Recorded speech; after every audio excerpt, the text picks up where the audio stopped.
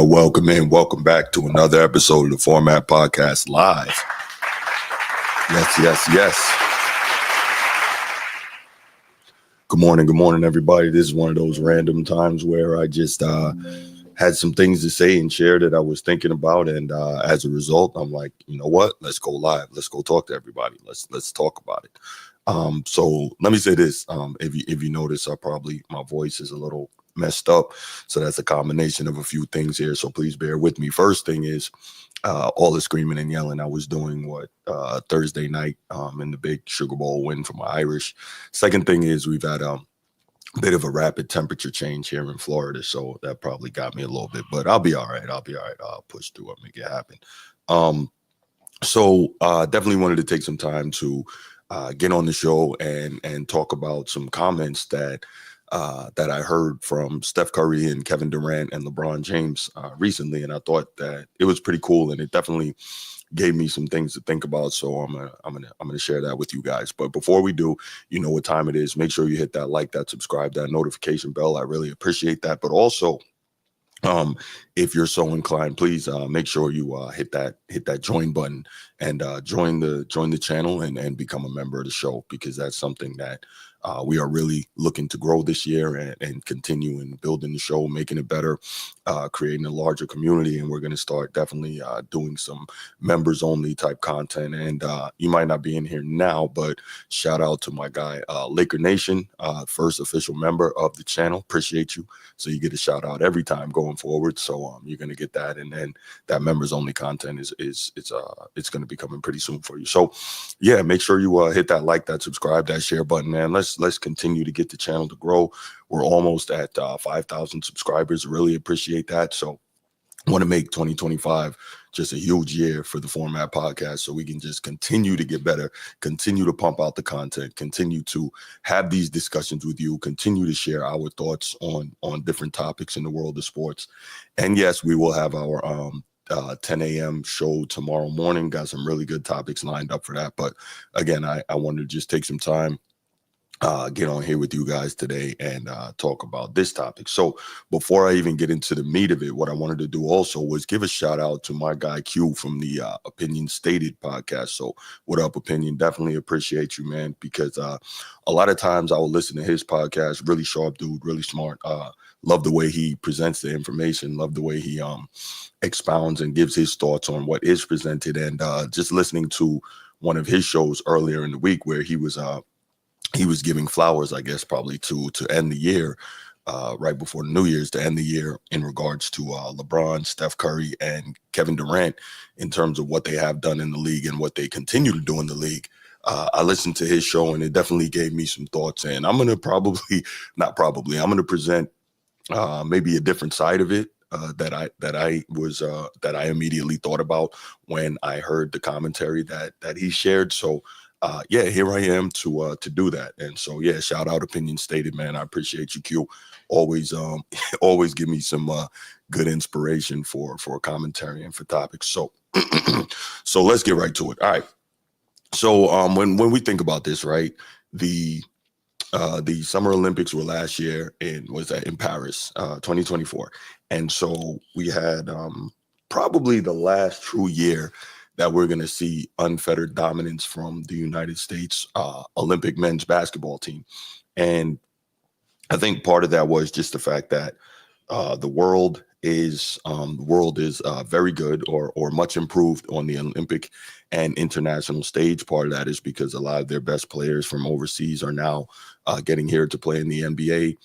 They're caught up on the NBA style. They're not nearly as intimidated by NBA players as they were in, say, 1992 when you had the Dream Team, or even 96 with Dream Team 2, right? They're not as intimidated. They're not as awestruck. Maybe 96 was Dream Team 3. I think Dream Team 2 was 94 FIBA. But anyway, the point is, so many players from overseas are playing here in the States now in the NBA, so they're not intimidated. They're not awestruck. They know the type of game that we play. They know how to deal with the athleticism of the American players, et cetera, et cetera. And so that's part of it. And then realistically, there's never going to be a team that's any better than the original Dream Team. So there's that. But that's a whole different story. But the point is, when you look at it and you look at what it took for the United States to win the gold medal this time around, and that is realistically just next level heroic play in the semifinal and the final by Steph Curry. It literally took Steph Curry, saving the U.S. men in order for them to get the gold medal. But the point there is that on that team were a lot of great players, a lot of all-time great players, and three of them, Steph Curry, LeBron James, and Kevin Durant, as you can see in the thumbnail, they were all there. And so they had, more time to kind of be together and to do interviews and work out together and all that stuff, right? And we know LeBron, Mr. doesn't really like competition, always likes to be buddy and team up with guys. We know that. Whether you're a LeBron fan or not, or whether you agree with that, we know it because we've watched it for the last 22 years, right? We've watched him continue to work to dissipate the level of competition in the NBA. We've watched him usher in this friendly buddy era. We've seen it. So you can feel how you want to feel, but that is what that is, right? But anyway, the point is, and then we saw as a result of that, right? We saw Kevin Durant go play with Steph Curry, or Steph Curry and the Golden State Warriors go and recruit Kevin Durant. I think that kind of goes both ways to play together. And they played together, I think, for 4 seasons, winning 2 championships. 4 seasons, maybe 3. But anyway, the point is, winning multiple championships, beating LeBron in the finals twice. And these are some things that we're going to discuss later on in the clip that we're going to play here. But so we saw all 3 of these guys. They were able to sit down and kind of have an interview and talk about some different things. And what I wanted to do for you was kind of play the interview in clips. And as the interview is going at different times, I'll stop and I'll give my thoughts on what's being said and expound on that a little bit. So that's what I'm here to do today, because like I said, I heard my guy Opinion Stated kind of play this and give his thoughts, but my thoughts on it were just a little bit different, as I'm sure you can imagine. So yeah, let's go ahead and do that. And then again, at the end, if we got some traffic in here, I'll open up the phone lines and maybe get some thoughts on the matter from you guys who are listening. So yeah, NBA all-timers spoke, and well, they had a lot to say. So let's go ahead and let's get started here. We all have an experience of either watching each other play and knowing each other when we first met and now. And like that evolution is just so dope to watch, because you truly understand what it takes to be great at this level. So that respect is always there. I think we've cemented ourselves when it comes to the game of basketball and what we do. But I think the admiration comes from the longevity, to be able to wake up every single day and still have the drive to want to be great. You see these guys grind up to be who they are right now, and the stamina that you have to still be in the league for 20 years, what's that, 16, but to still get up to go to the gym at 6 a.m., to still want to put up 1,000 shots every day, but to keep that joy and love for the game first is what's keeping all of us going. All right, so interesting to start already, right? So I like what, these guys said about having been in the league so long and still putting in the work, right? And I definitely agree. I think all 3 of them put in the work to be able to maintain their NBA careers and to maintain what they're able to do, but in different ways, right? We know that, again, no matter how you feel about it, LeBron is not the most skilled player in terms of everything everybody else can do. Laker Nation, what's good, my brother? Yes, sir. This is live. Again, shout out Laker Nation, the first official member of the channel. Shout out. And Laker Nation, you'll always get a shout out right at the beginning of every show, man. So I appreciate you. Anyway, yes. So when you talk about, we know that LeBron is not the most skilled guy, right? And what's part of that, right? We heard Steph and KD and LeBron, all 3 of them talk about, the drive to be great at this point in their careers, right? So the first thing is, you hear KD talking about, I like KD talking about getting up, going to the gym at 6 a.m, getting up, 1,000 shots a day. You'll never hear LeBron talking like that about getting up 1,000 shots a day. Why? Because that's not him, right? That's not his routine. That's not his regimen. But what we always hear, both from him and from others, how much he takes care of his body, how much work he puts in the gym. And we're not talking about the gym. You're good, Laker Nation. We're not talking about putting in work in the gym, like getting shots up or, working on that post up and that step through and different things like that. We're not talking about tightening up the handle or anything. We're talking about literally putting in work in the gym, lifting the weights up, getting the cardio, getting in the, the ice tub and the hyperbaric chamber. All those things are great because all those things have been absolutely necessary in terms of LeBron's almost unrealistic ability to have maintained his level of physicality all this time, despite the amount of mileage on his legs. Now, real quick side note, everyone talks about how amazing it is that LeBron has been able to not hang around, but play this long at a high level. And it is amazing, no question about it. I don't want to take away from that. But just to add a little bit of context, right? When you play this long in the NBA, as LeBron has, and no one else has played this long and been able to do what he is doing. There's a couple other guys who played 22 years, but no one else has been able to continue to put up the high level play. And I think if we're realistic, a part of this that people often leave out, think about when Robert Parrish played. Robert Parrish, I believe, played 22 years, right? So he played from late 70s all the way through late 90s, right? So late to mid 70s all the way through late 90s. Obviously won three championships with the Boston Celtics. I think he won a championship with the Chicago Bulls. So the guy was around for a long time. In terms of longevity, he's one of the gold standards. But LeBron has rewritten the way we look at longevity in terms of not just being there a long time, but being there and being able to still put up consistent real numbers. And so here's my thing about that. I brought up Robert Parrish, and I'll also bring up Kareem Abdul-Jabbar. I'll bring up Karl Malone, who I think played 18 or 19 seasons, right? Guys like that. But those guys at the end were nothing like they were towards the middle, and the beginning, not just because of the natural aging process. Of course, that's going to play a role in what you're able to do, but the game was so much more physical back then, right? And especially as a big, which is what LeBron would be if he played today, right? If he played back then, he'd be a big. The game was so much more physical in terms of the pounding that your body was taking. So we have to take into account that if your body is not taking the physical beating, it will last longer, right? Floyd Mayweather talks about it. Floyd Mayweather Jr., that is, talks about it all the time, right? Part of the reason, and this is real, that he was able to fight at such a high level for so long is because he never really took sustained physical punishment like your Muhammad Ali's and some of these other guys. And so when you don't take that, along with taking care of your body, also like a Bernard Hopkins, right? You take care of your body at an extremely high level. You're disciplined in the way you live in terms of, I'm not going to refer to Braun with this, but in terms of a Floyd Mayweather Jr. or Bernard Hopkins, not drinking, not smoking, really, being careful with what you ingest and so on.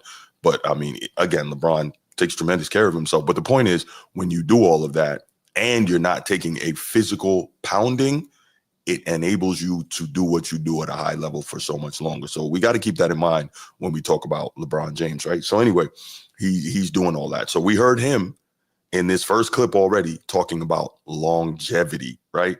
So this is the thing. When you bring up longevity, LeBron fans, they get upset. But he himself immediately, boom, longevity, right? That's his thing. All right. Laker Nation says, if his methods are legit and legal, he will make millions training and selling his methods to younger athletes. Keyword, if it's legal and legitimate. And that's interesting. Now, you know what, Laker Nation? I never even thought about that because you never hear people talking about going to LeBron to train with him and find out what he's doing. The media doesn't talk about that, and LeBron doesn't talk about that, and young players don't talk about it. That is a fantastic point, Laker Nation. I can't believe I never thought about that before. That's real. You never hear anyone talking about that. Now, hey, I'm not saying he's doing anything wrong. I'm not saying he's cheating. I'm just saying that is interesting because in every other case, you would hear something like that. That's a great point, Laker Nation. All right, let's move along with the next part of the clip. That shines bright every time you see them step on the floor. If you could robotically make the perfect NBA player, Give me KD's pull-up hezzy left. For sure. Probably with Steph, I would say the quick twitch on a jump shot. Curry, quick release, got it. I'm going to take Bron's just IQ. If he just picks it up, let you just get back and contest late on the three. Being able to control the tempo and the flow of a game single-handedly is insane.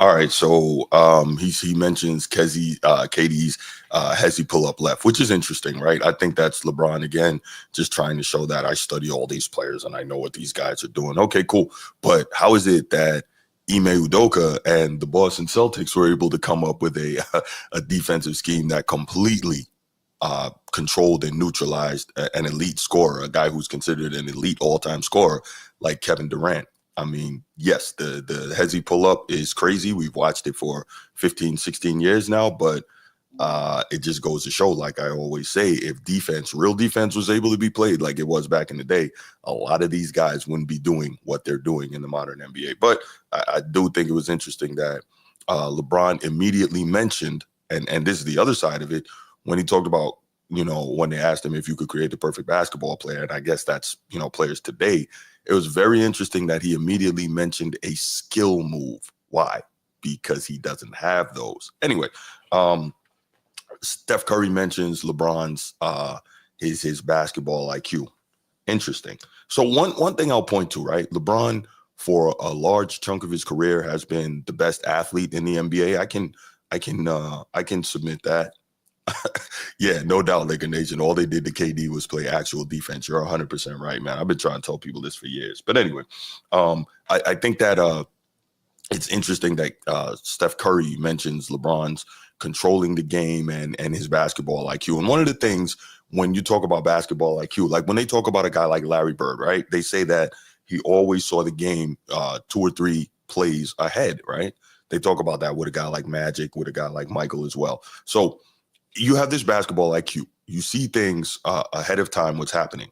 And if you watch this actual video, I'm just using the sound here, obviously, but if you watch this actual video, one of the things you will see is when Steph says that, they show some B-roll overlaid when LeBron is there and he's telling guys what to do and he's pointing stuff out on the floor, right? So I bring all this up because LeBron has been for the bulk of his career, the best athlete, the most athletic player, quickest, explosive guy in the league for most of his career. I can admit that. So you have this elite IQ. You've never led the league in steals. I find that interesting, right? Why didn't you? Magic Johnson was 6'9", so it's not just I think he led the league in steals like 3 times. So it's not just say, okay, you're a little guy or you're playing passing lanes or whatever. So LeBron, you have this elite IQ. You see this stuff happening supposedly before it happens. So where are you in those situations, even when you were physically able to do it? I'm not going to kill you now for not defending, but I will kill you for it earlier in your career. You haven't defended for like the last 10 years. Let's be real. But even still, but realistically, he hasn't defended at an elite level since he was in Cleveland the first time and Paul Pierce lit him up. But that's a whole different story. Anyway, so yeah, I guess to say it, Laker Nation, I want to hear this. But yeah, I think the real question is, why have you never led the league in steals? Because guys who are great anticipatory guys who understand the game and have great basketball IQ are always getting a lot of steals. So I find that interesting that LeBron, you've never done that. I'm just saying. So now and here goes the other thing, right? Steph knows that LeBron's physical game is just that, because what did he immediately go to? LeBron's quote unquote basketball IQ, right? Steph is 6'3", not 200 pounds, 185, 195, an elite shooter, ball handler, skill guy. And he immediately went to the basketball IQ. Most of the time, small guys are going to say, somebody's size or whatever, because Steph is thinking, with my skill set, if I had LeBron's size, I would be unstoppable, right? But no, he goes to the basketball IQ because he knows there's a lot of holes in LeBron's game. But hey, it is what it is. Now, some people are going to say, Bruce, you just hating, you putting stuff in that man's mouth. Okay, cool. Yeah. All right. Well, see it how you see it. But let's go to the next part of the clip.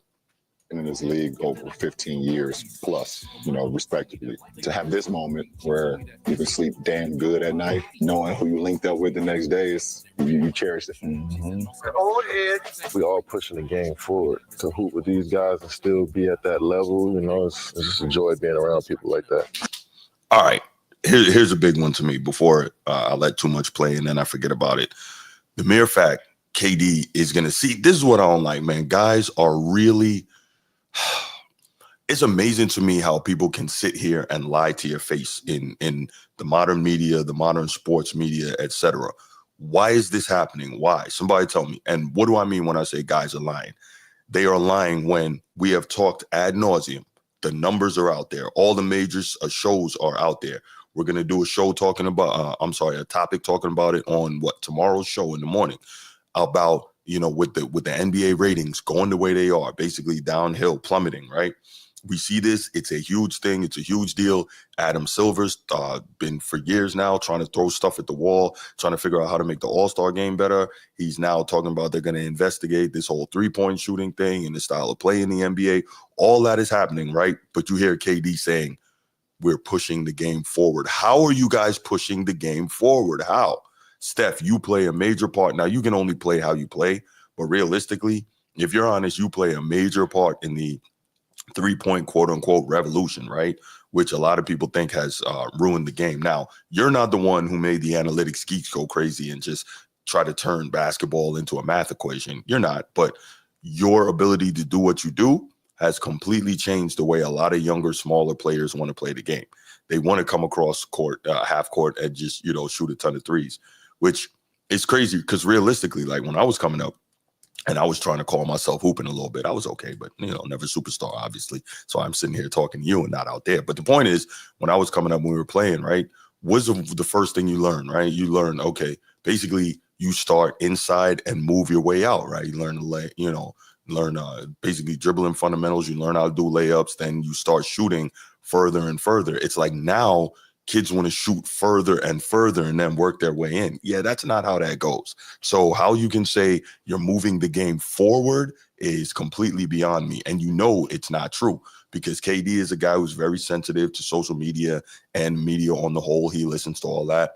You can't tell me LeBron doesn't. We know he does because he was so burnt up by it all that he had to take a hiatus from social media. And then, of course, Steph, we know he's also a very wise and wily character in terms of marketing and social media as well. So all these guys hear this, but KD is going to sit here and lie to us and tell us, hey, we're moving the game forward. No, you're not moving the game forward. You're not. Laker Nation, he says that LeBron never led the league in steals because his IQ is overhyped and he doesn't play defense.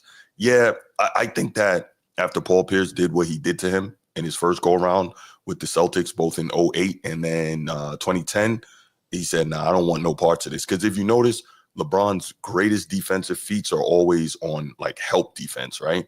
And even when he supposedly locked up NBA MVP, what's his name? Just retired, played for the Bulls, Derrick Rose in the Eastern Conference Finals. Another lie that we use to – quick side note, ever notice how many lies have to be told about LeBron James to prop this guy up and make us believe what he is, as if our eyes can't tell us what we're seeing? They have to tell us what we're seeing. So we get this whole he locked up Derrick Rose in the Eastern Conference Finals. He did not. Derrick Rose was doing his thing, and then in the fourth quarter, after LeBron is kind of playing free safety all game, then he will go over in selected sequences and defend Derrick Rose. How about you say, this is my man, this is my assignment, and I'm going to lock him up and take that from the opening tip to the end of the game. But you can't do that, LeBron. You can't, and we know that. Laker Nation says, how about allowing these guys to play actual basketball and not a circus show that isn't even good? Yeah, no, I'm with you 1,000%. But one of the biggest things I've said, Laker Nation, is the problem is, and some people say that I was talking to my other homeboy about this last night. He was saying the only way to fix the league is they have to bring back defense. They have to allow defense. And I'm like, they can't. And the reason they can't is because Adam Silver and the league and the NBA media has boxed themselves in by telling us these lies for the last 20 plus years that today's players are the best and most skilled we've ever seen. And if they bring back real defense, these guys are not going to be able to get away with doing what they've been doing.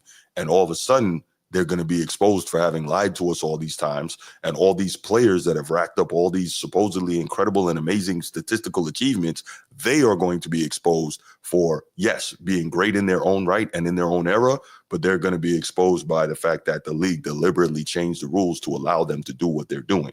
And I mean, that is what it is, man.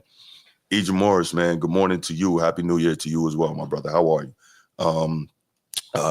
Let's see. Laker Nation says he never locked up Derrick Rose. Probably made key. Exactly. Yes, he made key blocks down the stretch. Absolutely.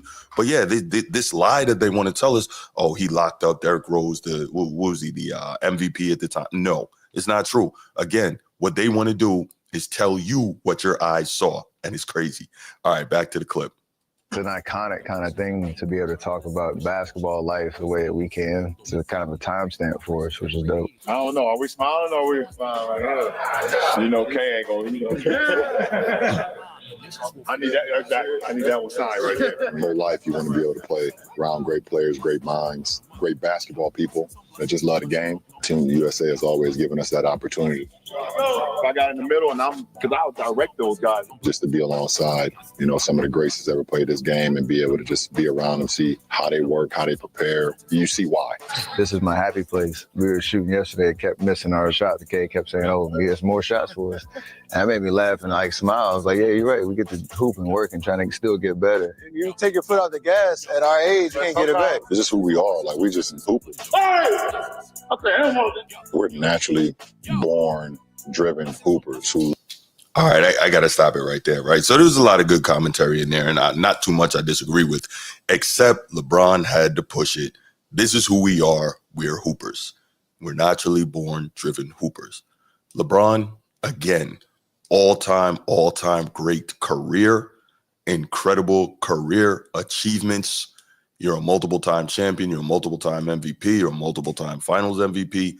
That is fantastic. No question about it. Can't take that from you. We could look at the context and how it happened and all that, but we still can't take the end results from you. Cool. Don't sit here and tell us you're a hooper. If KD says he's a hooper, I'm cool with that. If Steph Curry says he's a hooper, I'm cool with that. If Devin Booker says he's a hooper, cool with that. When you look at LeBron, you don't see a hooper. You see a guy that has maximized what his physical gifts have allowed him to do. He's not a hooper, man. He's not.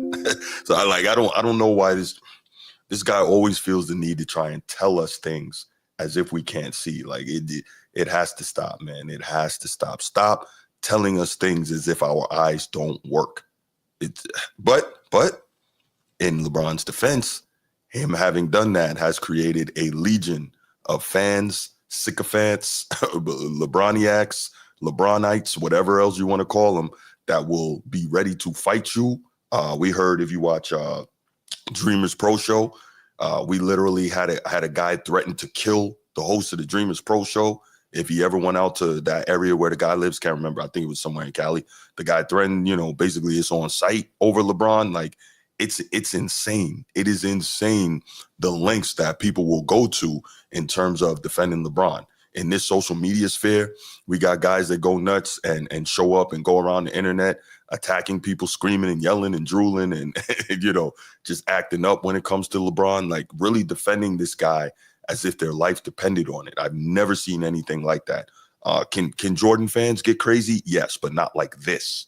You know what I'm saying? I've been around a long time. I'm 46 years old. I've been around a long time watching this NBA game. I've been around a lot of MJ fans. I used to argue with MJ fans because I was never an MJ fan, believe it or not. I just understand his greatness, right?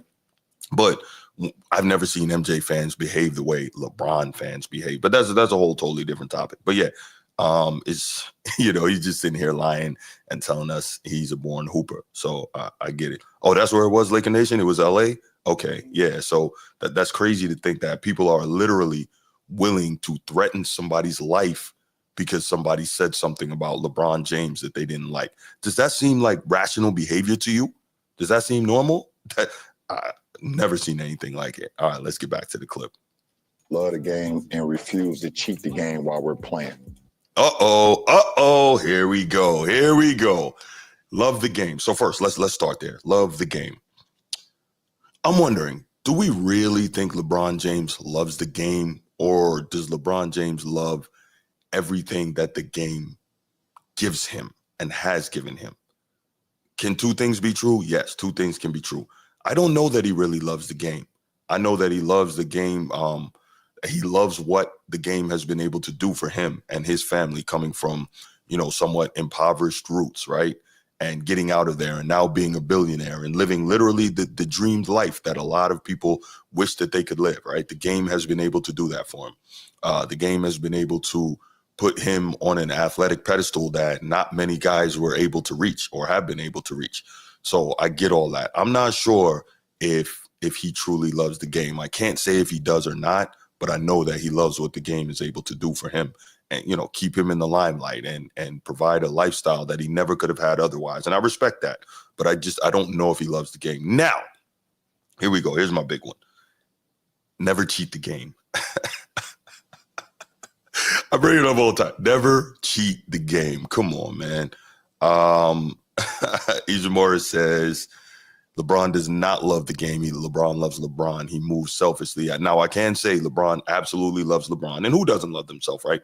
But yeah, he moves selfishly. And we've watched it throughout his whole career. This is a guy that basically uses people up, and when they're not good for him anymore or can't do for him what he needs, they're basically disposable. And that's to include his own guy, Dwayne Wade, right? That's supposed to be his brother, his banana boat brother or whatever, right? That's to include a great guy that really helped him to, the so-called, 1-3 comeback. I'm not even going to get into the details of that, but Kyrie Irving had an incredible series, right? And when LeBron felt like he wasn't useful to him anymore or he had a problem with him, he was trying to get him up out of there, right? Trying to trade him behind his back. Like, LeBron is a very, very, I don't know what the technical term is, but he's a guy that he will use someone until that someone is no longer useful to him, and then he'll get up out of there. And I think, for instance, right, he's supposed to, I always bring this up, he's supposed to be super, super tight with D-Wade. That's supposed to be his brother, right? But D-Wade went on, I think he was on Shannon Sharp's podcast, not Nightcap, but Club Shay Shay. And he said when LeBron was leaving Miami to go back to Cleveland for that second time, he didn't even know. Bron didn't even tell him.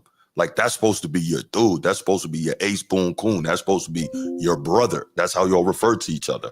But you're leaving now because D-Wade is getting old and his body is starting to break down, partly because he had to carry you a lot of those times you didn't show up. But that's a different story. But yeah, so his body is breaking down. He's not quite the same player. So he's not of any use to me anymore. I'm up out of here, right? And that's not the only reason he left. He also left because Pat Riley wasn't going to let him run the organization the way he wanted to. So we get that. But for all of that, Dwayne Wade is supposed to be your guy, right? Brother from another mother, all that. And he had to find out you were leaving the same way everyone else did. Does that sound like a guy who is not selfish? Doesn't sound like it to me. Yeah, absolutely. Firing coaches, trading half the roster every year, team hopping, etc. Yep, that's a fact. And, some people are going to say, damn, Bruce, you just waking up hating on Bron again. You know what? Let me say this. The commentary I give, I don't see it as hating, but he makes it so easy because, him and the NBA media want to come out here and constantly lie to us without giving us the other side. So they make it so easy for me to do these reactions and come out and give commentary like, nope. Now let me give you the truth. Let me give you the other side of it that they're leaving out. You know what I'm saying? All right. So back to LeBron not cheating the game. We obviously know he was cheating the game by destroying competition. We know that by always trying to create a super team to grease the skids because he didn't have the stones, the lower intestinal fortitude to do it the way the other guys did it and bust their butt and work hard. Now, if you're Bron and 10, 12, 13 years, right, you try to do it the right way. You try to do it all that way. And then it finally didn't happen for you. And you says, yo, I'm going to go join up with somebody getting closer. I see, the end of my career looming closer than the beginning, much closer than, and you want to do that a la a Karl Malone or one of these guys, it's getting down to the brass tacks, the nitty gritty. And you say, yo, all right, cool. I'm going to go over it. Cool. You gave everything you had. I don't have a problem with that. Right. And quickly, some people are going to say, well, Charles Barkley tried to join the super team in Houston. No. Do your research. Barkley got traded and he didn't even know the trade was coming.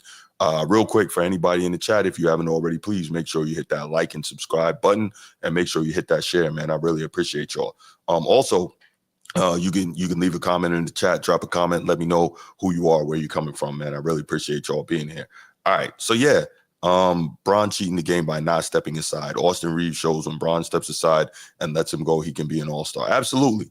And I think I talked about this on the show I did last week. It's very interesting to me. Early in the season, now granted, the competition wasn't the most difficult, but early in the season, when the Lakers started out and they were playing really well and they were playing consistently through Anthony Davis, right? Anthony Davis was getting all the love and all that, right? But notice now, the Lakers are not playing as well. They're starting to struggle more. But guess what? LeBron is right back in the leadership position. He's right back in the getting all the numbers position. He's right back in the star position. He's right back in the center of the media, right back in. He just couldn't allow the team to play through Anthony Davis and for Anthony Davis to be the guy. We keep hearing that LeBron for years after they won the bubble championship wanted Anthony Davis to take over and be the guy. And I kept telling y'all, that's the narrative. Bron doesn't want that because his ego cannot allow for him not to be the center of attention. His ego can't allow for him not to be the center of attention. I've been telling you that for years. Now you're seeing it, right? And now we're talking about, of course, we got to talk about LeBron passing Michael Jordan for the most 30-point games in history. And we have a topic on that for tomorrow's show. So I'm not going to get into it now. But I think if y'all know me and y'all have been here, you already kind of know where I stand on that one. But we're going to get into it. And I'm sure Transform is going to push back, but it's all good. Anyway, so we got all this going on. And I said it then, and I say it now, and I stand by it.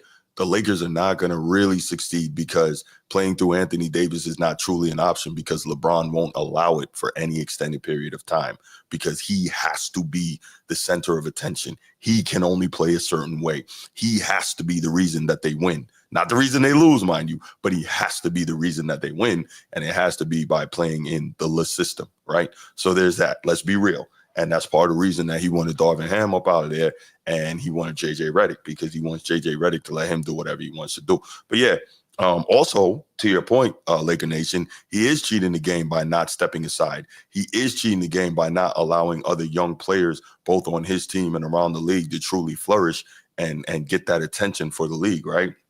Let's be real here.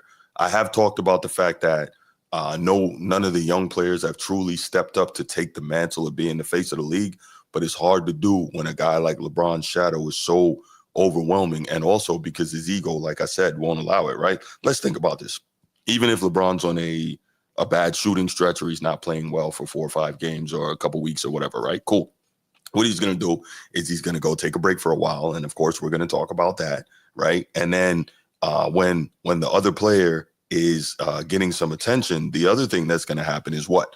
All of a sudden, you're going to see LeBron pop out with some crazy tweet or some crazy Instagram post, which is basically screaming, me, look at me, look what I'm doing, right?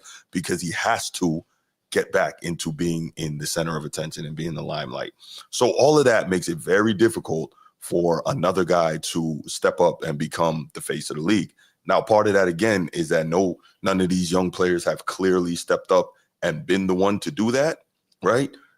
You got a guy like Zion who can't stay healthy, apparently doesn't have the discipline as a professional athlete to, maintain his weight the way he should and all that. And again, he could be just injury prone. That's probably a part of it. You have a guy like Ja Morant who possibly was on a trajectory to maybe be that guy, but he wanted to be a degenerate and play with guns in the club and all this. Okay, cool. You ruined that for yourself. It's going to take a whole lot for you to come back. So, you have situations like that. And again, there are some amazing players from outside of the United States. But listen, in the immortal words of my man, John Amos, Cleo McDowell from Coming to America, this is America, Jack. And what I mean by saying this America, Jack, is that in America, it is extremely difficult, nearly impossible for a foreign-born athlete, no matter how good they are, to become the face of an American sports league. Because why? As Americans or people in America, we tend to embrace our own. That's the ethnocentrism at play. And I get it. Most countries are probably like that.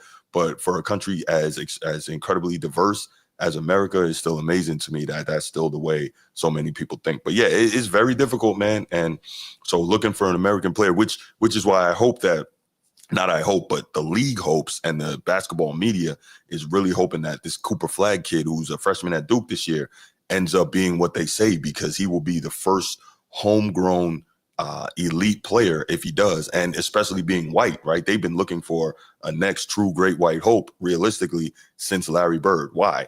58 to 60% of the American population is white, and that's not taking a shot at white people. That's people as a whole tend to gravitate towards people who look like them, right? Who they can identify with. That's humanity. It's not that serious. What's good, my brother? How you doing, man? That's humanity, right? People identify with those who look like them and with whom they can identify. So they've been looking for that since Larry Bird stepped away, right? Remember, there was a time they were hoping it would be Keith Van Horn. They were hoping it would be Adam Morrison out of Gonzaga, right? But now the hope is on Cooper Flagg. And realistically, if it can create some of those great storylines, now Cooper Flagg likely is not going to have a Magic Johnson who comes into the league at the same time, and all those factors perfectly, convalesce into just the most perfect basketball situation ever in terms of Magic and Bird. But we'll see how good the guy is. Laker Nation says Cooper Flagg is going to surprise a lot of people to kick and hoop. Yeah, we heard that. I think he was on the USA Select team this year, and they said like he had no fear going against those legends on Team USA, and like he was going at them in practice. So we'll see if over the long term he can be that guy, because the NBA needs that badly. In all reality, the NBA needs that badly. All right, let's go back to the clip. That's what it is. You still love the game the way you love it, with all the distractions that's being thrown at you, the high expectations. And it's inspiring to everybody, not just basketball players, but everybody from all walks of life, Who will be the next generation of stars to carry that torch? I don't even look at it as like giving up the mantle or anything like that. We definitely are like fans of like the guys that's coming up in the ranks and just doing great things. We hope that we just have inspired them to, when we decide that we're done, that they can keep this beautiful game going. We have to. All right, so LeBron says we're definitely fans of the guys coming up. It's not about not passing the mantle. It's not that serious. Just talked about that. It is for him about not passing the mantle, because until he's physically done playing, he cannot stand not being the center of attention.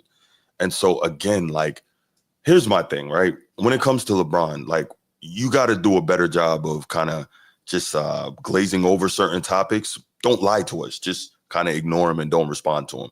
But don't lie to us, because he's very good at that, and he does it a lot. We know it's not about not wanting to pass it. You think LeBron really wants to pass the mantle? He can't even pass the mantle on his own team. Furthermore, so sorry, guys. Furthermore, passing the mantle for the league, he can't do it. He can't. So until he physically can't go anymore and physically retires, just steps away for good, he's not passing the mantle. We know that. And again, this is not my opinion. This is us extrapolating based on what we have watched him do and not do for the past, 22 years. Like, that's all it is. Laker Nation says, still referring to Cooper Flagg, I seen him live here in Florida when he was younger. The next gen coming up has some talent, especially the class of 28. Okay, we'll see. That's all we can say. We'll see. And again, I hope so, because that'll be a breath of fresh air for the NBA. And again, they need it badly. And that is, again, y'all have heard me say this, man. Y'all might think that I hate basketball or I hate the NBA. I grew up loving the NBA. It was always my favorite, my number one sport.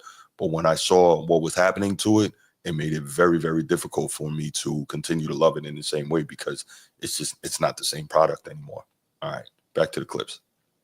Point of our careers where guys that were kids when we were first coming in, now they're grown-ups, and you see that full circle, and we still here with them. Son playing on the same team, Ant was 12, 13 years old when he seen me play for the first time. Every year it's like some new style, some new, young energy coming through that challenges you. But then also knowing, like, we know it's not going to be around forever. So I feel like it gives you perspective on enjoying the game now and to enjoy every minute of it. You don't. So, no. Notice KD mentioned LeBron playing with his son to speak to the longevity that these guys. All right, good stuff, Laker Nation. He mentioned, KD mentioned LeBron James playing with his son on the same team, and that's a reference to LeBron's longevity, being able to continue to play at an extremely high level for a long time. That, y'all remember I was up in arms when Bronny got drafted and when he was doing what he was doing.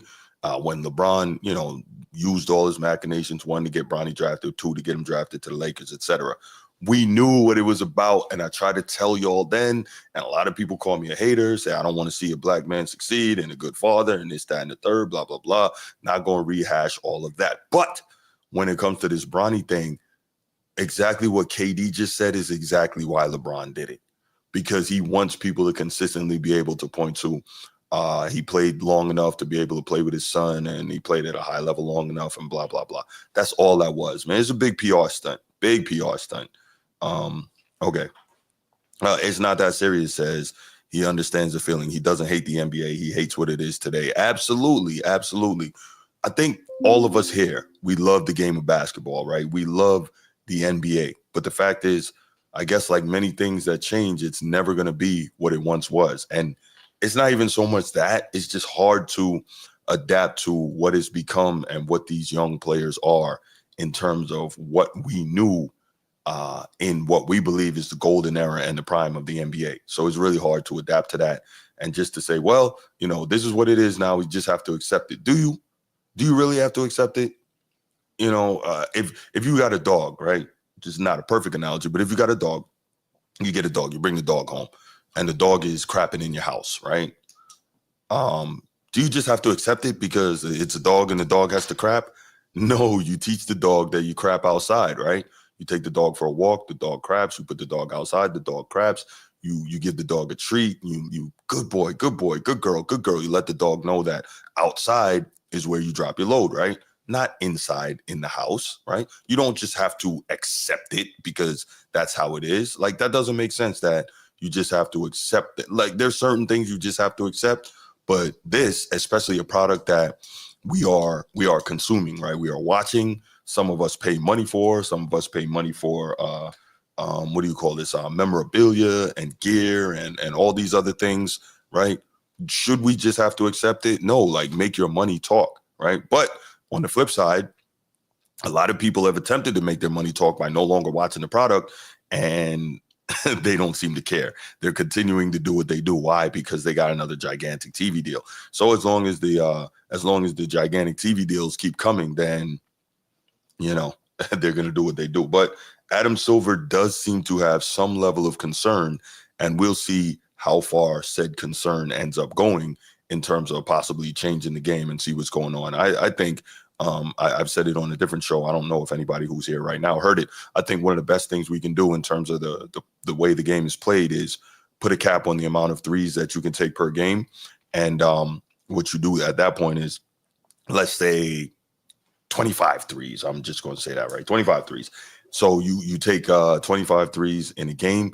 After that, whether you make 25 or not, after those 25, wherever you shoot them from, they're twos now at this point. So what does that do? Instead of shooting from way out and only getting two for it, it forces players to redevelop the mid-range. It forces players to redevelop the post game, right? And if you redevelop the post game, it's going to change the bodies of these so-called bigs. It's going to change the way they play. It's going to change the defense. It's going to change rim protection. It's going to change offensive skill set. And we will get back to more of a real game of basketball instead of people just turning every game into a three-point shooting contest. I've talked about it, and it makes me sick that my beloved Celtics are shooting 51 three-point attempts per game. That's not freaking basketball.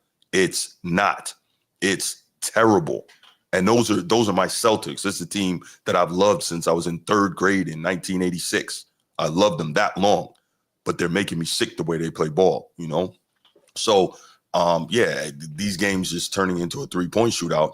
I think, what did we see? A combined 100 and something three-point attempts recently and like 70 something misses.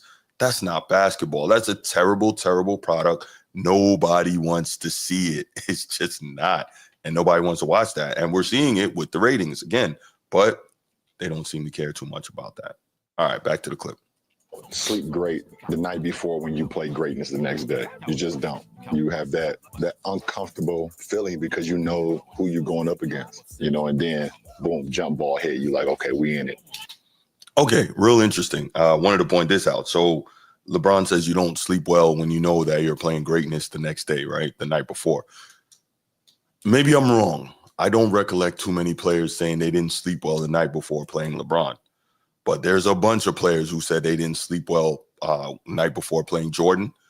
We heard Magic, one of the greatest of all time, a guy I truly believe is a top 5 guy. I believe he's actually number 2 all time. I'm sure people can argue that, and that's fine. But Magic said he never slept well the night before he was playing Bird, you know, and we know, there's extra factors involved in that. I'm sure Bird didn't sleep well the night before playing Magic, you know. We heard Bird say, I want to say after the 87 finals, Bird was he was getting interviewed post game, and he said, and you can see it killed him to say it, but the respect was so real. He said, Magic's he's just the greatest I've ever seen. He's just the greatest I've ever seen, you know. And for Larry Bird, a guy like that to say that, especially about a Laker, one, about Magic, two, about any opposition, three, that is incredible. And I think it speaks volumes to that level of respect. But the point I'm trying to make is, and obviously Bird came around later and said, okay, you know, Jordan's the guy now. But the point I'm trying to make is I can't recollect ever hearing anyone say that they didn't sleep well the night before knowing they got to go against LeBron. But we've heard it when it comes to other all-time greats. It's just, what do we got? I don't know, man. It's not to say LeBron hasn't had an all-time great career. It's not to say he's not a great player. It's just very interesting. I thought I would note that. Like we in it. It didn't matter if it was finals appearances between my team against Steph with or without K, or my finals appearance against K. LeBron James gets his first title. We all in the position where we felt like we had an opportunity to have more rings, like because of each other. The Warriors champions once again, back-to-back titles, 3 in 4 years, and the latest with a sweep. You carry that all year, like off-season workouts. In the back of your mind, his face is in your head, thinking about who you're going to have to beat to get to the ultimate goal. It's a dog-eat-dog world in the NBA. You don't want nobody to take anything that you got. Okay, so a lot of good comments. Thought it was interesting that Steph said when you're doing your off-season workouts, you know, he's in the back of your head because he's the guy that you know you got to go against. So I respect Steph saying that. So that's cool. And he's referring to LeBron on that one, right? Just like I just brought up Magic and Larry. Those are, again, two of my favorite players of all time. So you will often hear me make comparisons to them, to their situation. You will often hear me refer to them. And so I say that to say Magic is on record saying, you know, I'd be out in LA and I'm working out in the summertime and I'm getting ready to be done for the day. And I would say to myself, Larry's probably still shooting. So I'm going to shoot for 2 more hours. I'm going to work out for 2 more hours. Like, that's real right there. That's how you know, that's how you know what it is. And you know that there's a real true rivalry there and somebody on the other side just pushing you to get better. And so to hear Steph saying my off-season workouts, in the back of my head, I know this is the guy I got to go against to get to my ultimate goal. I think that is a tremendous level of respect from Stephen Curry to LeBron James, although Steph doesn't really also strike me as the guy who's ever going to be disrespectful, because I know in his mind, Steph believes he's better than LeBron. I know that in his mind, he knows, man, I got the better of this dude most of the time. And I know he also knows in his mind, if freaking Adam Silver didn't step in with that BS Draymond suspension, we'd have beat them guys 4 years in a row and they never would have got that 1-3 comeback. I know he knows that in his mind. But for him to say it, I think that was pretty cool and pretty respectful in terms of what he had to say to LeBron James. So that's pretty cool. We got to build up that dislike. It's not a bad. Oh, that was the other thing. So, Kevin Durant talking about it's a dog-eat-dog world in the NBA and you don't want anybody to take what you got and trying to build up that dislike. But shut the hell up. Just shut up. And the reason I say that, the reason that irritates me so much, just shut up, KD. One, you got beat by freaking Golden State and you went and joined them. Golden State, you beat Durant and you went and recruited him. I can't respect that. And then on top of that, you're going to sit here and talk about it's a dog-eat-dog world and that. No, it's not. No, it's not. It's a friendly buddy league. It's not dog-eat-dog. That's not how y'all get down. Y'all are not built like that. You're not wired like that. You don't come from a time that creates that. You don't. The league you have played in does not create that. It doesn't. So stop. Don't, that irritated the hell out of me when I heard this guy say that. It's a dog-eat-dog world, this, that, and the third. Now, quick note, I always say it. Does KD go and join up with the Warriors if LeBron didn't make doing the super team thing okay? No, he doesn't. However, what KD did was even worse. I'm going to be 100% honest. It was even worse because this is the team that beat you and you went and joined up with them and created superpower. And what KD did with Golden State was awesome. Man Down Mel of Man Down Sports, shout out Man Down Mel, often does a great job of breaking down how KD's arrival in Golden State saved Golden State's dynasty. And that's true. That's true. But just the fact that, you went and joined up with the team that beat you, that's bonkers to me, man. It really is. That's terrible. Um,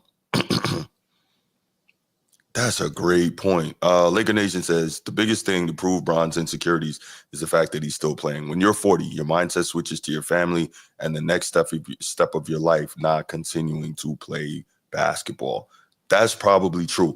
So it's the insecurities, because when your entire life since you're 13, 14 years old has been being a dominant basketball player. And I think we hear this for a lot of different athletes, that they don't know what they are without that sport. So it's very difficult for them to imagine what they're going to be, how they're going to be perceived, what they're going to do. And if you're LeBron, your entire adult life has been in the NBA, literally, right? And so while he has aspirations, and I believe he will meet them, of becoming an owner of a franchise in the NBA, without basketball, he doesn't know what he's going to do. He's a basketball player. He can say more than an athlete all he wants, but he is a basketball player.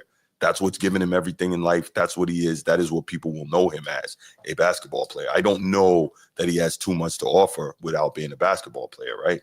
And that's no slight. That's no shot at him. It just is what it is. So, yeah, great point on that, Laker Nation. But yeah, back to KD talking about it's a dog eat dog world. You don't want anybody taking what you've got. And I'm like, come on, man, come on. So he can say that, but he shouldn't be the person to be saying that just based on the fact of him going to Golden State. Now, did he save that dynasty? Yes, he saved that dynasty. And then Golden State was able to bookend his time. They had a title before him. They got a title after him. But him being there allowed that to continue. But here's the other thing, right? We talk about how great of a player and great of a scorer KD is and how he led that team, Golden State, and, he did this and did that. And yes, he did. But if we're real here, right, you got the Splash Brothers, Klay Thompson, Steph Curry, the greatest shooting backcourt of all time, two of the greatest shooters of all time.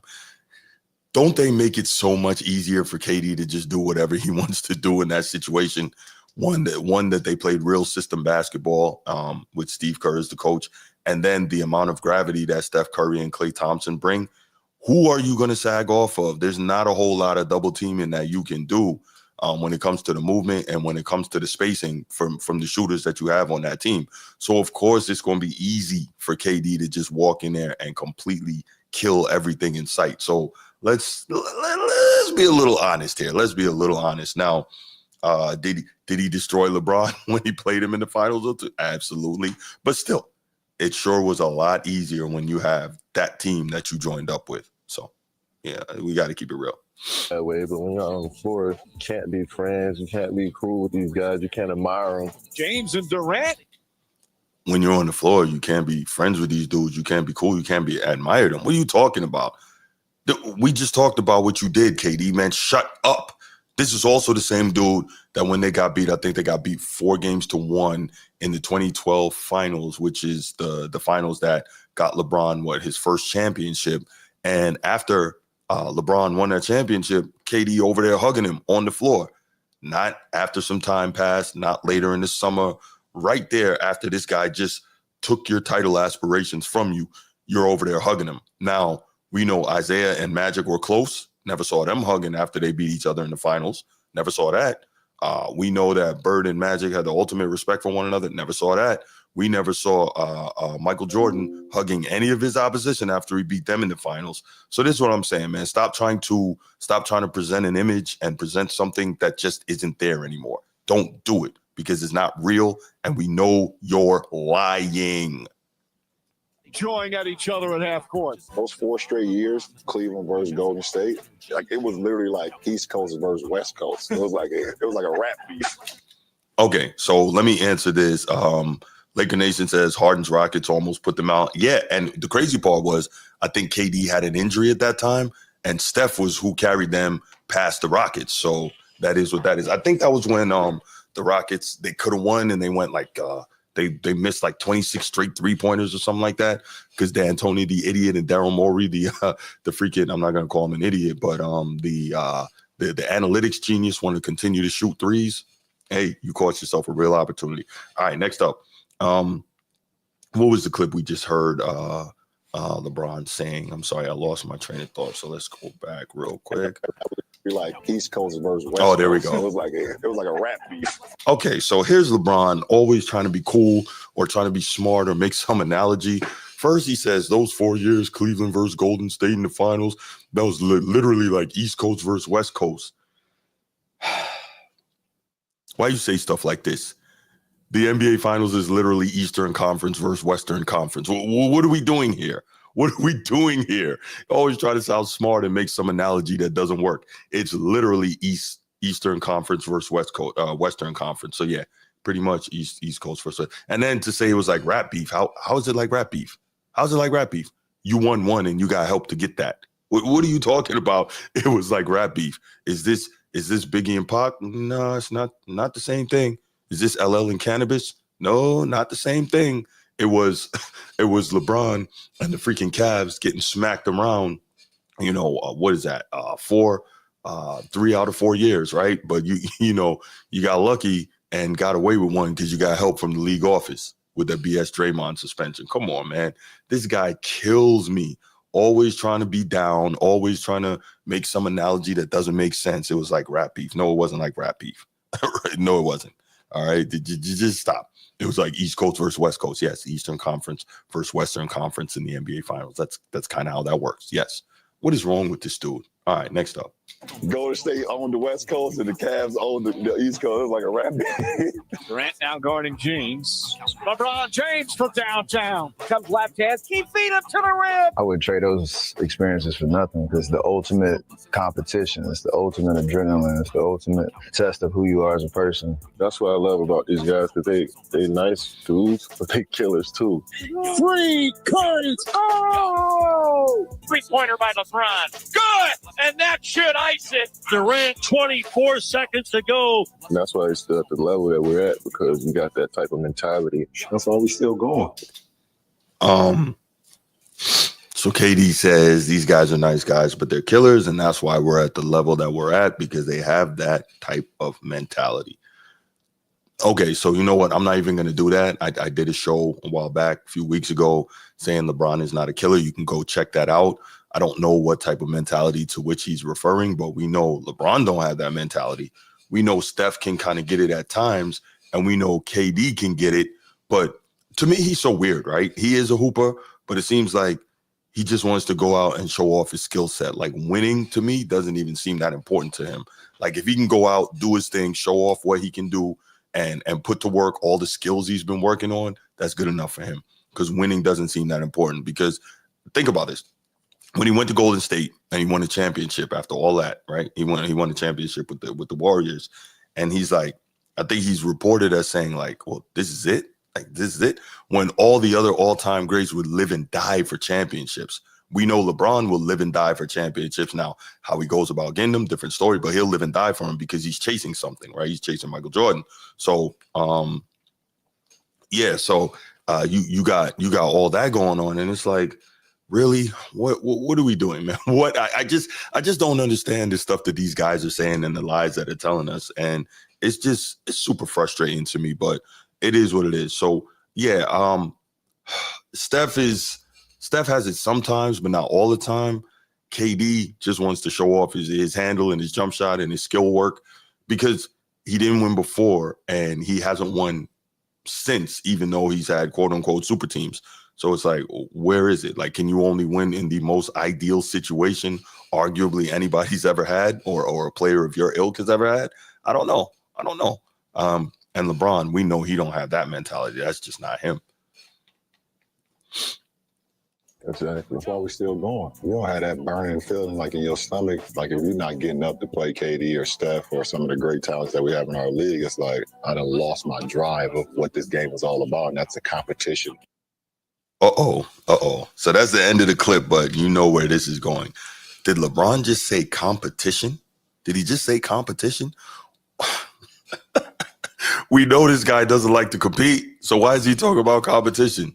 And I know I'm gonna have some say, what do you mean he doesn't like to compete? He won 4 championships, Right. You like to compete, but you join up with your competition instead of beating them. You like to compete, but you duck the the dunk contest for your entire career. You like to compete, but you don't want to go at dudes in the All-Star game, and you're a huge part of why the All-Star game has turned to total trash, but you like to compete. Somebody explain to me how all that works. Somebody explain to me how all that works. LeBron and competition should not go in the same sentence. The only one he's trying to compete with, and he really can't, of course, is Michael Jordan. That's the only person he's trying to compete with, but he's trying to do it in all these slick backdoor ways, right? He's trying to play, till he's 137 years old. Shout out Coming to America, right? He's trying to play till he's 137 years old so that he can rack up as many stats as he can, because we all know he's not the skill player. He doesn't have the mentality. He doesn't have the winning to surpass Michael Jordan. And that's why Michael Jordan is the GOAT. But he has the nerve to talk about competition. You don't like competition, LeBron. You don't, because you've tried to skirt it for your entire career. All right. That's the end of the clip, man. And I wanted to get on here again. Shout out my main guy, Q from Opinion Stated. Man, I really appreciate you bringing this to my attention, because, hey, it just made me want to, it gave me a lot to think about, and I wanted to get on here, and I wanted to share it with the team, share it with, the Format Podcast community. So, that is what I have on this topic. And there was just a lot, man. And I felt like I needed to give some context and give the other side of a lot of the things that were said in this clip. And what's the end of this? What's the end result here? What is my overarching theme? I don't like being lied to. Don't try to play me like I'm stupid. I don't like being lied to, because I know what's what, and I know how y'all are getting down. I know it, but don't sit here and lie to me. I'm not one of these 12-year-old kids that you can say anything to and I'll bite. I'm not a member of the mainstream sports media. I'm not getting paid to carry your water and push your narrative. Don't lie to me. Just keep it 100. Keep it 100, or don't say anything. All right. What I'm going to do now, you all know what time it is. Yeah, it's not that serious. A lot of what they said was disingenuous. That's why I felt the need to keep cutting in and, say what I had to say about it. But here we go. The numbers on the screen, 904-219-8264, 904-219-8264. Numbers on the screen. And, of course, it's scrolling on the bottom as always. And if you're here all the time, y'all should have the number saved in your phone anyway. Just The Format Podcast, 904-219-8264. Save the number, man. But anyway, for anybody that wants to call in, give your thoughts on what I had to say. Give your thoughts on what they had to say. Give your thoughts on the state of the modern NBA, where it's going, what you think is its future. I would love to hear that from you. Go ahead, give us a call. We'll wait a few minutes, and And if you don't want to call, that's fine too. You can throw your thoughts in the chat, and I will address those as they come up. But yeah, that whole, it was like East Coast versus West Coast. It was like East Coast versus West Coast rap beef. Like, come on, man. What are you doing? Maybe he was talking to a lot of the cats that are younger and have no idea what that was about in terms of the East Coast versus West Coast. But hey, I don't think that's quite the same, man. That thing literally got dudes killed. Like, two of the greatest to ever do it. So, might want to not compare it. I don't think it's comparable. Oh, here we go. My guy, Bruce, what up? Good morning. You already know I was sitting back and watching that bullshit you just spewed. What's going on, my brother? All right, man, let's kick this shit off. Let's do it. Let's do it. Let's kick this shit off, Bruce Whitlock. Oh, here we go. My man, Bruce A. Yes, sir. How you feeling, brother, first of all? I'm feeling good, man. I'm feeling good. You know what I'm saying? I'm feeling good. Go Irish. Let's get it. Let's get all it. Right, man, listen, man. Woo! Okay. You saying Braun doesn't have skill is absolute blasphemy, brother. Okay, let me ask you this, brother. Braun doesn't have skill. What skill are you specifically referring to, brother? Okay, so we know that his post game is very weak. We know that his handle is not tight at all for a dude who has been handling the ball for most of his career. We know that he has issues shooting the ball. We know that. So it's like all these things that when we talk about skill players and skill work, your KDs and I get it, he's a bigger guy, right? But you've been doing this. You've been playing for the most part like a guard or at least a super talented wing for your entire career. So you should have developed some of this by now. Your mid-range is weak, right? All these things that we look at when we talk about the elite skill guys throughout history, he's lacking all of it, except he's a very good passer. Oh, that's it? Yeah, that's it. That's all you say. He's a very good passer.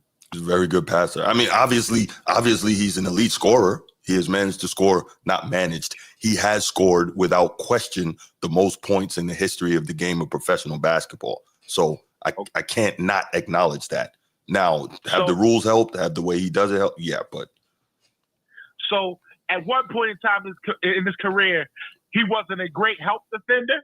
Maybe not a lockdown defender. Help defender. I'll give you that. Yeah. Help defender. That don't count for nothing. That's not skill. You know what? Okay, I'll give you that. He has been a great help defender. Absolutely. I'll give you that. Well, everybody. Well, I don't mean to go into Jordan, but was Jordan the best? Was Jordan the best jump shooter? I mean, 3-point shooter. Oh, okay. So hold on. I'm sorry. Let me scratch that. Jordan, I respect Jordan. Jordan openly admitted that he only that 3 points take away from his game. He'd rather go to the basket. I get it. Mm-hmm. All right. I ain't even gonna get to Jordan because we be on this motherfucker all morning. Well, okay, can I just respond to the 3-point thing real quick with Jordan, and then I'll let you move on. Yeah, go ahead. All right, people love that because they like to say, well, LeBron is better 3-point shooter than Jordan and Kobe. And yes, by percentage he is. But Michael Jordan, I believe, is about 32.5% for his career from three. And at that time, he was just about an average 3-point shooter for the league at that time. So what the problem is, people compare Michael Jordan's 3-point shooting and his 3-point shooting percentages versus the way guys shoot threes today. So you can't do that. You have to compare it against his era. And against his era, he was pretty much an average 3-point shooter. So, gotcha. Yeah, I got you. Well, for what I'm looking at, LeBron doesn't have skill, but he's averaging the past 6 games 38-8 at age 40. That's not skill. So I'm not saying he doesn't have skill. I think there's a difference in saying he's not a skilled player and he doesn't have skill. You kind of get what I'm saying there? Like, but that's what you said. You said he doesn't have skill, though, Bruce. No. I say he's not a skilled player. I think there's a difference between that and not having skill, right? Like, we look at a KD, he's a skilled player, right? That doesn't mean Giannis is not a skilled player, but he's got some skill. Not nearly as much as LeBron. I'm not trying to be disrespectful now, but he's not a skilled player, but he's got some skill. So that's kind of what I mean by that. Okay, let's make it quick. So what do you consider skill in your book? What skill as far as like dribbling, ball control, stuff like that? That's what you talk? Yeah, dribbling, ball control, mid-range, jump shot, post game, all that. For instance, like my guy as a big man. Right? That to me, shout out, Bruce. To me, he is the most skilled big man who ever played. He could do all types of things, right? He could do all of, skilled defensively, skilled offensively, put the ball on the floor, post moves today, blah, blah, blah, right? Kevin McHale, elite skilled power forward, skilled. Footwork. And to me, LeBron lacks too much of that for us to call him a skilled player. Does he have some skill? Of course. He's not a skilled player. Remember what Isaiah was saying? Jordan couldn't go left. Remember that? But that was the bunk. I think put Jordan left. That was shit. Well, everybody had their own opinion. Okay, let me say. Let me go on. Let me go further. You said LeBron longevity is questioned because today's game is. So basically, saying LeBron longevity is questioned because today's game is not as barbaric as yesterday's game. But barbaric, because that's what you want, motherfuckers get knocked out the air, punched in the mouth. No, not that bad. Not that bad. To the Stone Ages, where motherfuckers get knocked out the air, fighting and shit. No, not that bad, but some physicality. And also, what that does when you have physicality and real defense, it creates animosity between the players and makes the players play harder as well against one another. Okay. But he been playing the game since 2003. So I understand the rules was changed in, what you say, 2000? 04, yeah. 04. but he's been playing the game since 2003. Mhm. The game has shifted, turned again since 2016. Mm-hmm.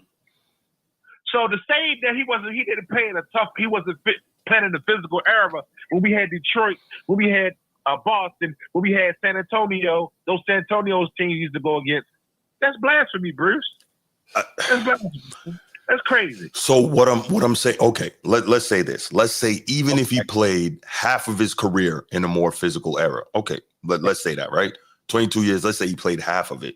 If you played half of your career in a more physical era, that means half of your career you didn't, which allowed your body to be able to go on as you aged while taking less punishment, which makes it easier for you to play longer. So even if I give you, okay, cool, I'll concede first half of his career, somewhat physical. All right, I'll give you that. Cool. Oh, Bruce, okay. Yeah, I got you, my brother. But another thing I heard you talk about. Yes, sir. You said, I heard the clip where they said, KD said they are moving the game forward.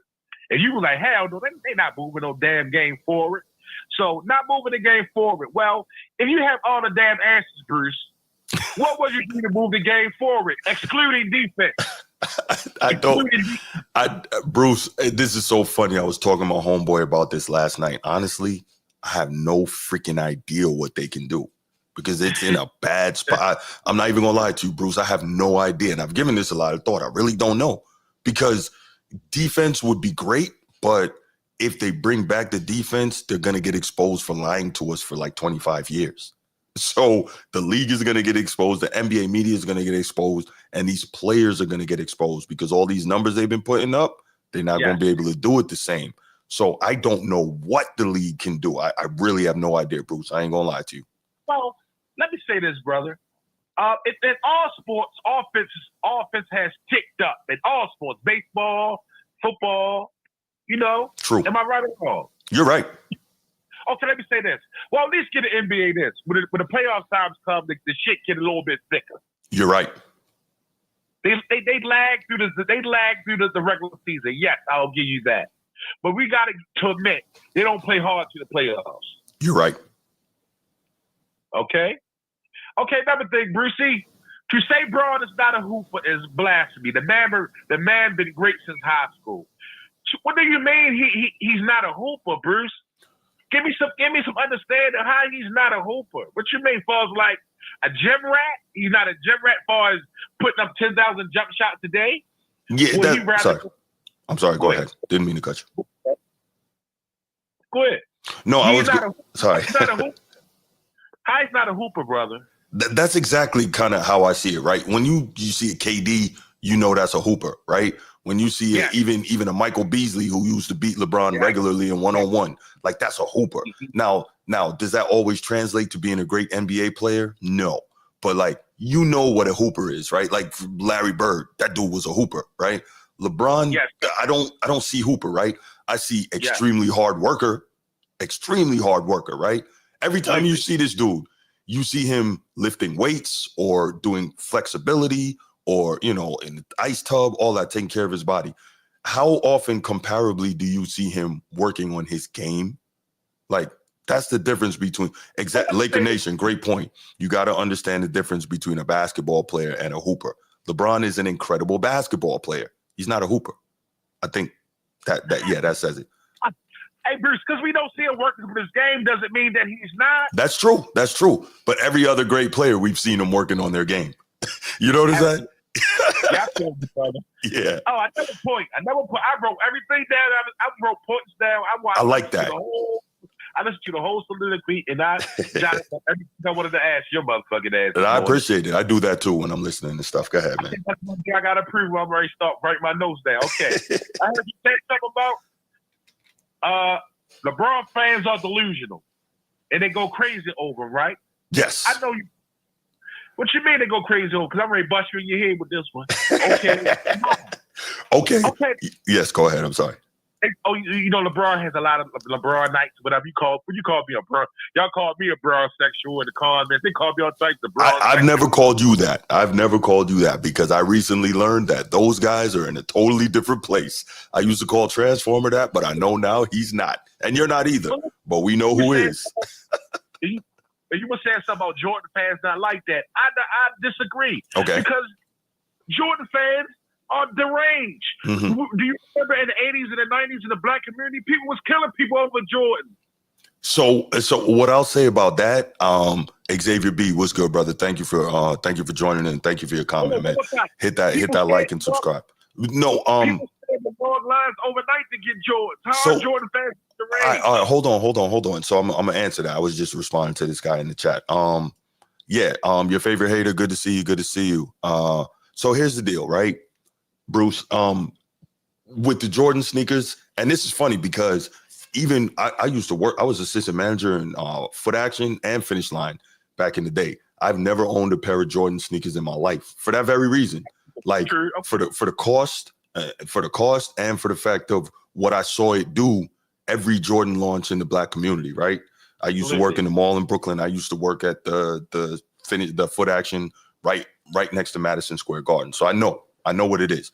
And so for that reason, I've never owned a pair of Jordans. Is that Jordan's fault? No. But the point is, the difference for me is that is not about Jordan as much as it's about, the style and the status symbol of having Michael Jordan sneakers.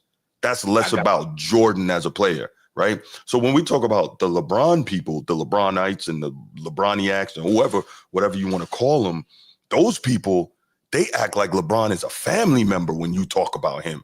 They go insane. And you know what I'm talking about. I'm not even talking about you. You know what I'm talking about. Those people go nuts, right? They will scream and curse you. And you've seen some of the comments in a lot of my shows and whatnot. Like, these people need help. You know what I'm saying?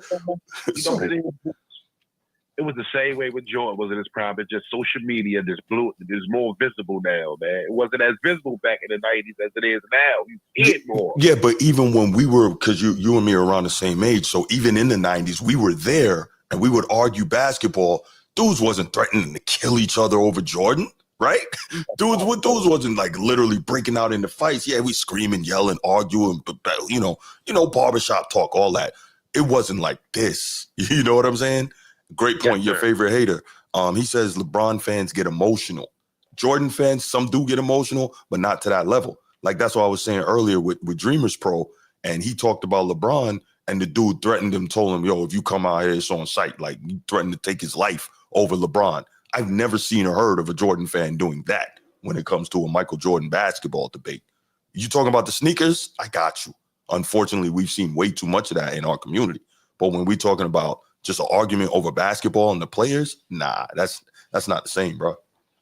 Okay, bro. Okay, another point. Yes, sir. I heard you talk about that. I jotted it down. Mm-hmm. Okay, you know what? We already discussed a million times about how we didn't like how LeBron got about 4 coaches fired, right? Mm-hmm, mm-hmm.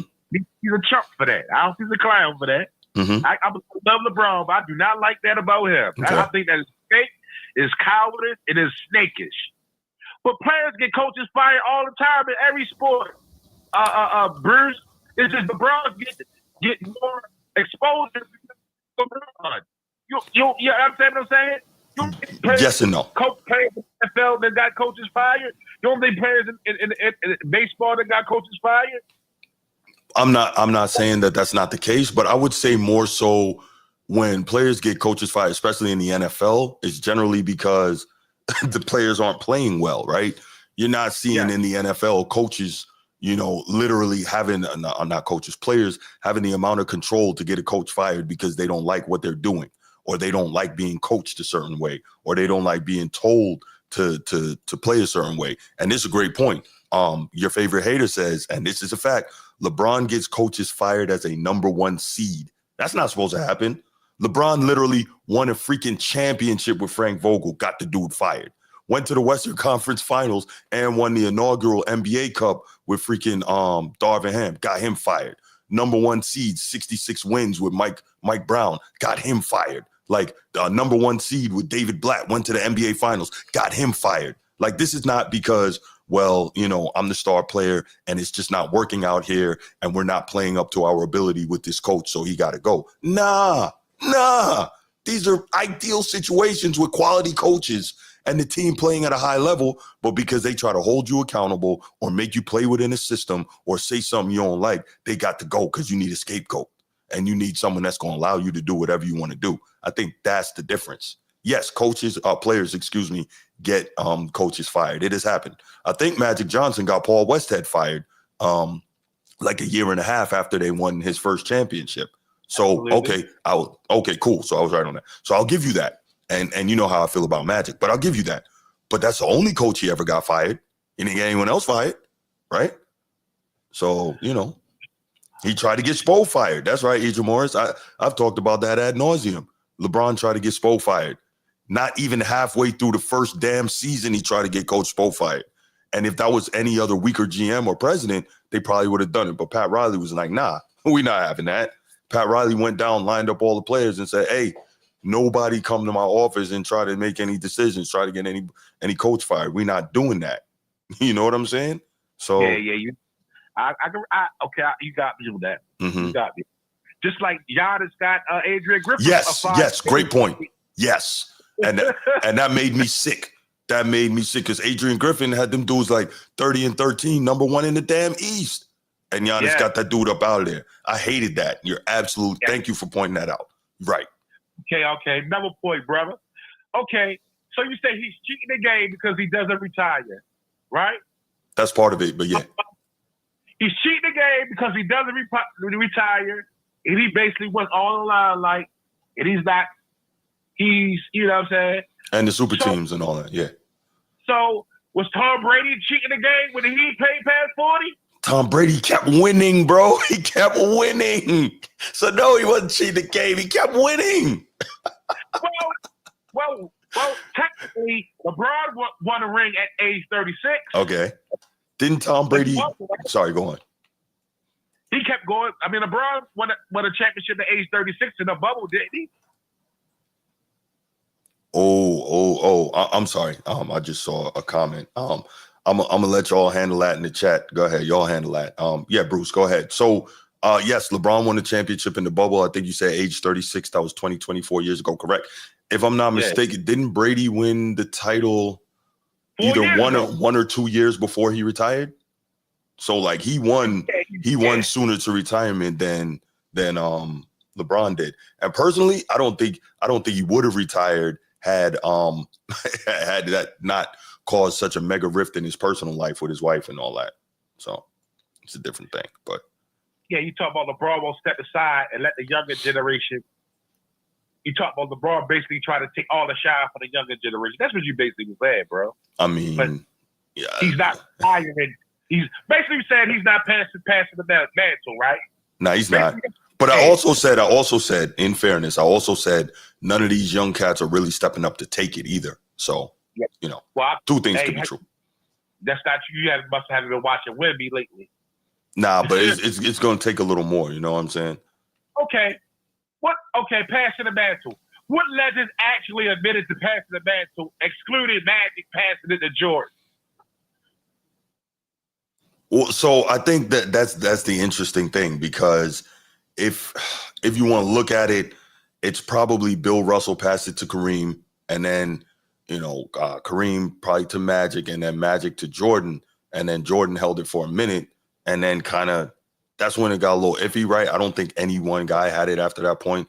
Shaq and Kobe had it for a minute. Then it was definitively Kobe. Well, Kobe and Duncan, and then after Kobe and Duncan, then it was LeBron and Steph. So Okay, brother. And another thing, bro. Yeah. You're tripping. You tripping. You see players didn't feel LeBron. If players didn't feel LeBron, then why did the stuff fly to the Hamptons to recruit Kevin Durant and they didn't feel him? Let's try this. Oh, so I have a theory on that. I don't have any factual information, so let me be clear. My theory, it's not even a theory. My hypothesis, a theory is like tested. So my hypothesis is, in all seriousness, that Steph and the Warriors said, they said to the league, y'all screwed us, hold my beer. That's my hypothesis. That's all I got. I have nothing behind that, but that's how I feel about it. That Steph and the Warriors was like, y'all did us dirty like that when we was about to go ahead, sweep this dude up out of here. Okay, we got something for you. And then they went and got KD. But that's my hypothesis. So I can't speak definitively to it. Hey, Bruce, you absolutely believe that nobody fear LeBron, bro? Yo, so check this. So, what's his name? Mario Chalmers played with LeBron for 4 years, right? Right. So you would assume that Mario Chalmers knows LeBron better than I do, having been in close company with him for 4 years, correct? Is that a fair assumption? Yes. Okay. Mario Chalmers said it, and I did a show on this a while back. He said no one feared LeBron like they feared Michael Jordan. He said that. Case closed. How could Mario Chalmers talk about talking like that, and he never played with Jordan before? I'm just saying he was in the league, and he knows LeBron much better than either of us do. Yeah. So he was closer to it.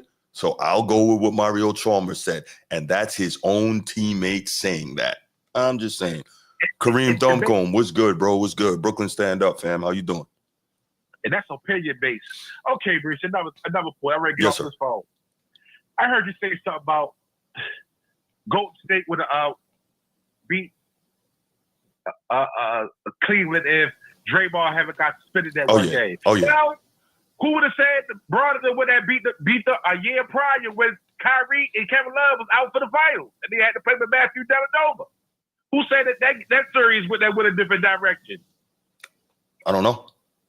Kyrie and Kevin Love was out the year prior to Draymond Green getting hurt. Mm-hmm. I mean, nobody talk about that. When LeBron's sidekick was Dellavedova and J.R. Smith, high off Zion. Talk about he smacked around media. You talk about Golden State smacked around LeBron. Okay, I was smacking around LeBron too. I got 5 Hall of Famers, and I'm playing with Amon Shepard and goddamn Tristan Thompson. Am I lying? So no, excuse me, no. But the way they talk about LeBron as if he's Kryptonian, hey, find a way. Yeah, Kryptonian, but you got 5 Hall of Famers. Clay Thomas, you got Clay Thomas, Steph Curry, Draymond Green, 4 Hall of Famers. No, I get what you're saying. I get it. And Andre Iguodala. Okay, yeah, I was get smacked around too. And my sidekick, Dellavedova and J.R. Smith high age. And one more thing before I go, bro. Yeah. And to say LeBron don't have no killer user is absolute blasphemy. Just ask Boston I'm gonna go back to it. Ask Boston, do you got a killer mentality? 46-9-9 elimination game. No. 45 and 15, right? 45 and 15, I believe. 45, 15 and 8. That was a killer mentality. I always give LeBron his props for that game. You know that. I always do because that hurt me personally. But no, I always he killed him in that game. But I've also said on previous shows that was one of the few times I saw him really go in killer mode. I'm not saying he's never done it. I'm saying, like, on the whole, we knew Michael Jordan, and we're only bringing up Jordan because that's where people want to compare. You know what? Let's not even do that. Let's go Kobe, the guy that somehow LeBron has just magically vaulted, even though he's better. But anyway, Kobe, we know, was a killer game in and game out and had that mentality from being a rookie shooting damn air balls in the playoffs, a 17-year-old rookie, right? But we knew that he had that dog, that killer. We can't say that about Bron. We can't. Now, has he had games where he went into killer mode? Yes. But he's not a killer. See what I'm saying? All right, last point before I get on this phone. Mm-hmm. Is he really chasing Jordan, or is the media pushing the narrative? No, he's chasing Jordan. I think all great athletes in all sports aspire to be Jordan and chase Jordan greatness and mentality. No, that's true. But when we're talking about chasing Jordan in terms of his whole thing is he's trying to bypass everything Jordan has done. One, without the work on his game. 2, over a much longer period of time. And 3, without the winning. He's trying to do that. You know? Has he ever said that? Yes, he said, "I'm chasing that ghost in Chicago." Unquote. Yes, he said that. I need proof. I need you to send me proof when you get a chance. I got you, brother. I got you. Yes, sir. I got you. Have a great day. I appreciate the call, brother. Talk to you, man. Yeah, we on tomorrow morning, man. Huh? We on tomorrow morning. All right, my man. Hey, have a blessed day. You too, Go man. Ravens. And I'll be hitting you up through the day, messing with you probably. No doubt, man. Look forward to it, man. Have a great one. Thank you for the call, as always. Chat, you too, chat. All right, brother. All right. Good call from my man, Bruce. Yo, I like that. I like how he wrote down his points so he didn't forget anything. I do that, too, when I'm listening to stuff. I will sit there and just take notes, and then when I call into it, it's like every now and again I call into other shows, and I'll have my notes ready so I can go ahead and address those. That was good.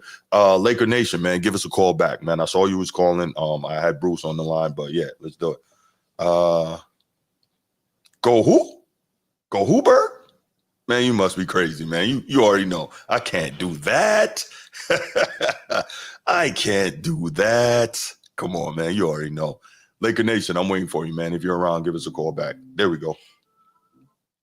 Laker Nation, what's good, brother? Good to see you. Hey, good morning. Good morning. Good morning, sir. First call as an official member. Yes, I love it. I appreciate you. Yeah, We're going to get that members only content out. Don't worry about it. I got you. First of all, I'm going to put a disclaimer. And this call has nothing to do about Bruce. We just call this is more about the topic. Okay. So, I'm just going by half of the stuff that they said in that clip that you were playing to me was kind of like off. But the simple fact is this is the friendly generation. It is. Like and nobody really wants to watch it except for the fans of those players, or you have some fans that are just, no matter if the product sucks, they're just going to tune in anyway because they don't know no, that's just their routine. Go to work, come home, drink a beer, eat dinner, watch the NBA. You got people that still like that.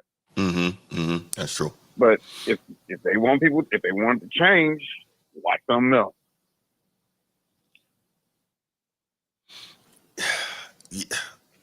It's either gonna force them to improve. It's either going. That's the only way you can get a corporation or a CEO to listen. Is just don't buy their product. Don't tune into their product because the product is garbage right now. Like there's no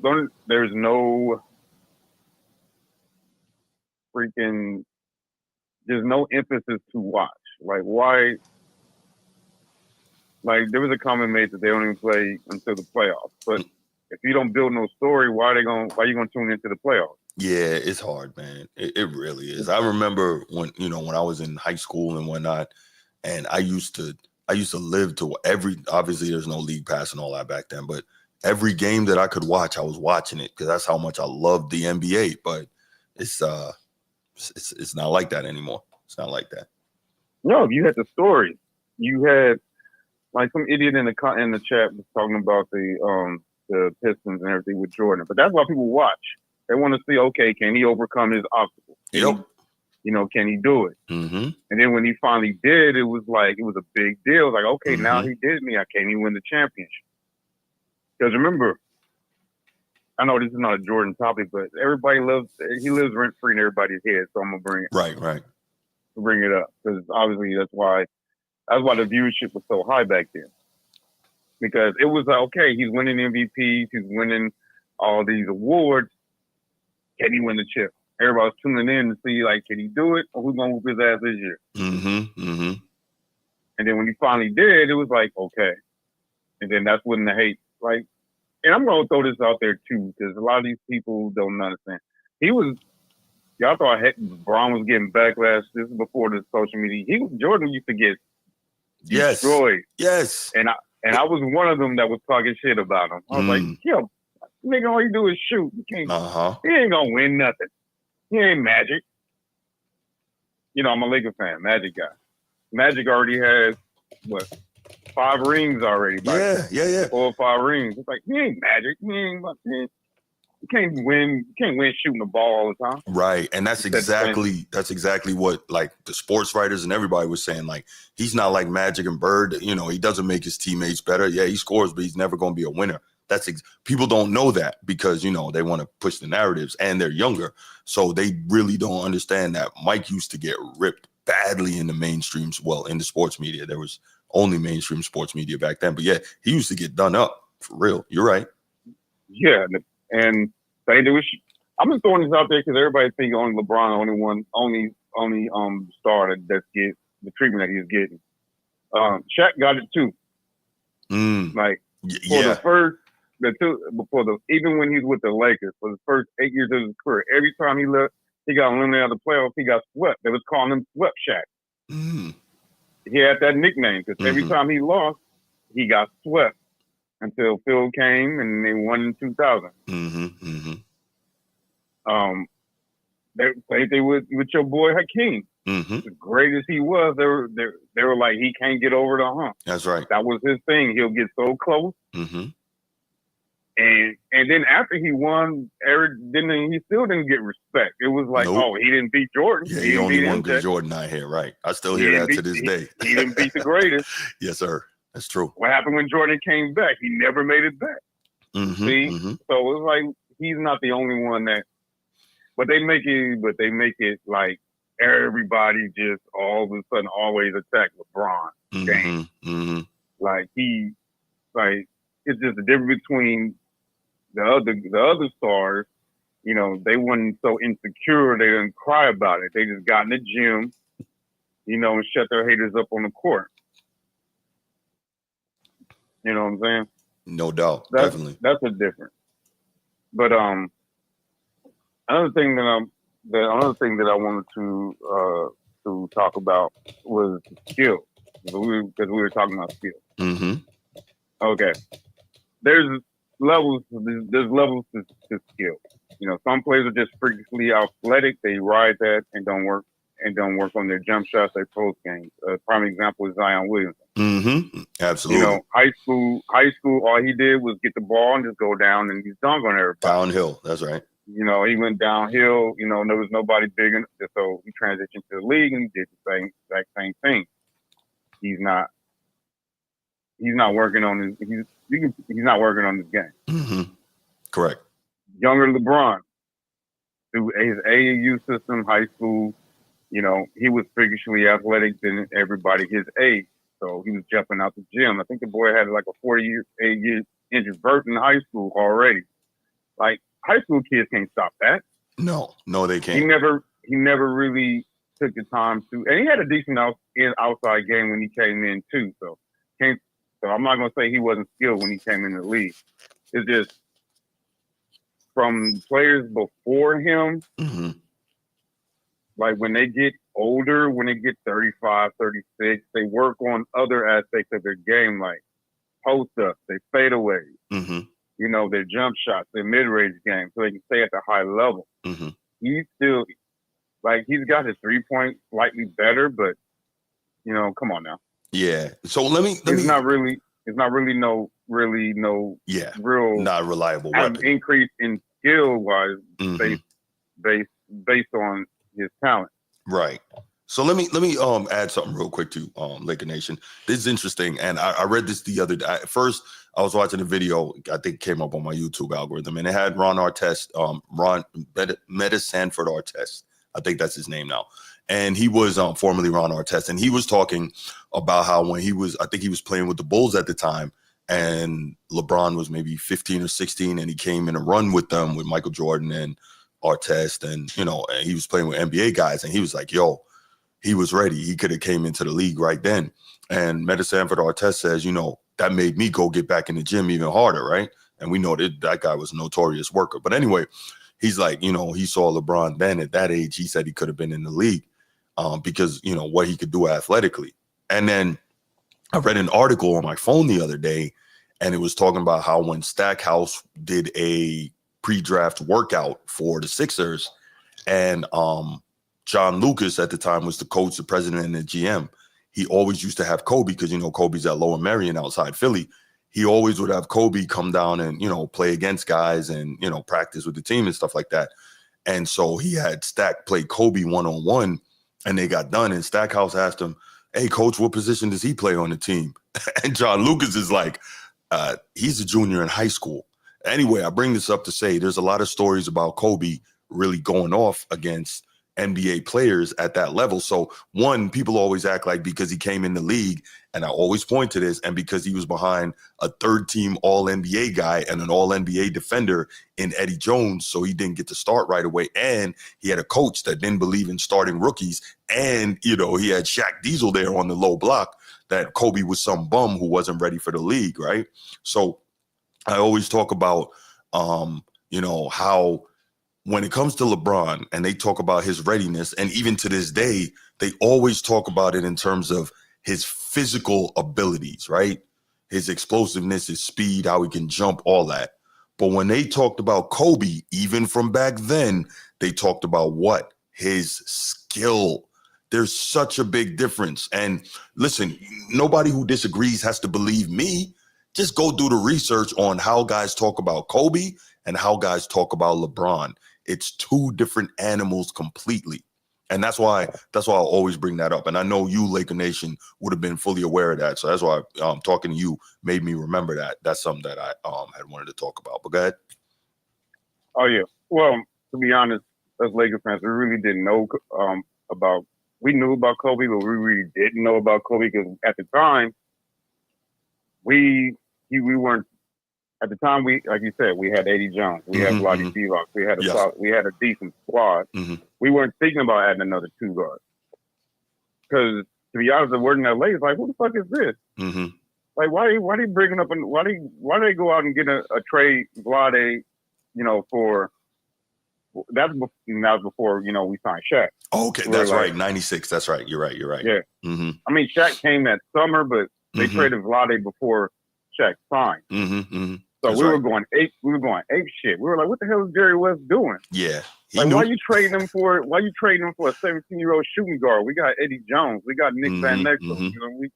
We got these people. Mm-hmm.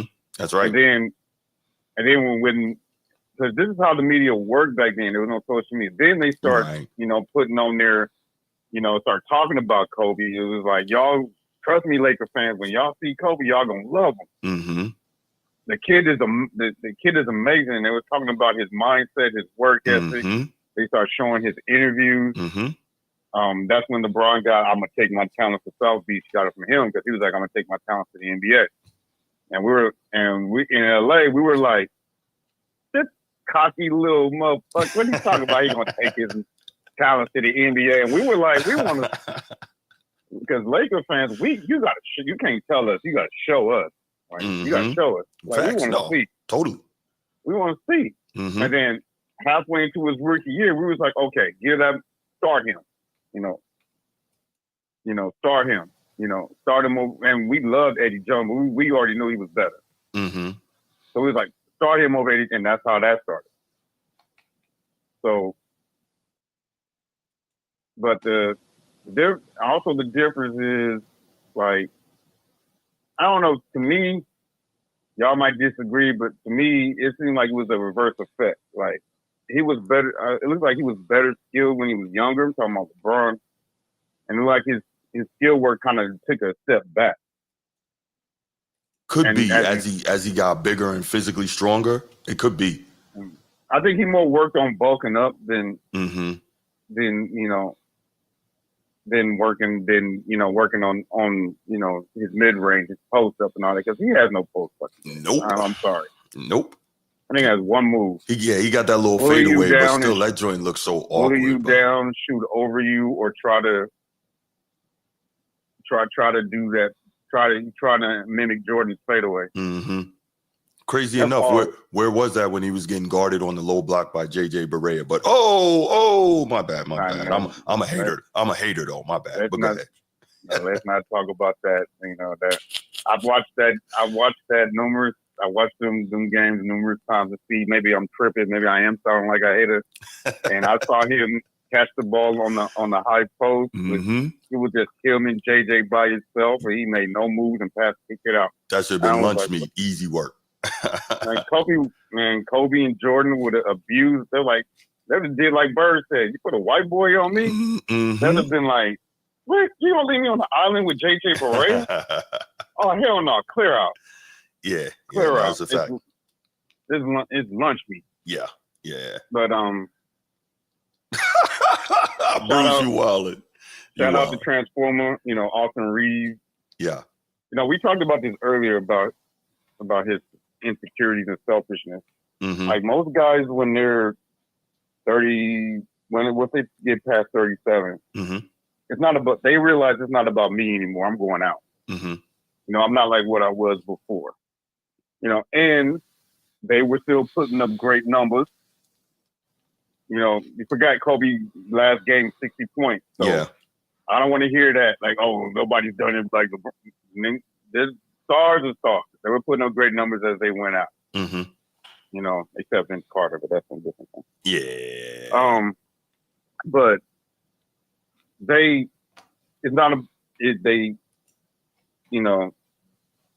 they take a step back to the next up and coming. Okay, this guy's taking over the franchise. Like, yeah.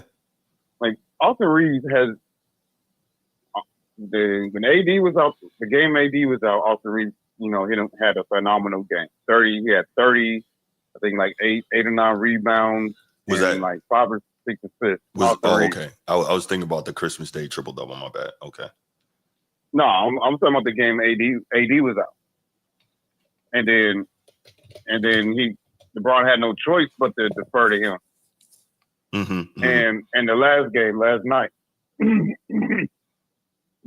me, in the game last night against the Hawks when Austin Reeves had another 30 piece, and I'm like, dude he has all-star talent, like. Lakers ain't going nowhere. To be honest, Lakers ain't going nowhere, and that's my team until he leaves, and he's not leaving no time soon. Mm-hmm. Mm-hmm. No, I agree. Do you have anything else for me, man? That's the only thing. Like we're the 4th seed. This is the first year that we've been in the top 4, and I'm not excited about it. And this is coming from a diehard Lakers fan from Burt. I got you, man. Do you have anything else for me, bro? Yeah, one thing. One more thing that I want to touch on. And I know you're going to discuss in depth tomorrow. So, but I'm gonna say this now. Mm-hmm. Because I don't know what time you're going to come on tomorrow. Yeah, we do on 10 o'clock. That's Sunday Eastern. Yeah. Okay. But one of the I forgot what was I going to say. I got distracted. So one of the big things that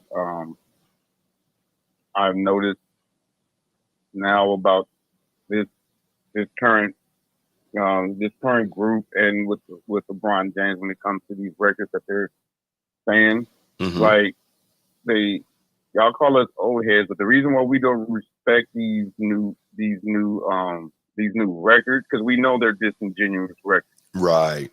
Because you're allowing players to cheat now. You give them a gather step. Mm-hmm.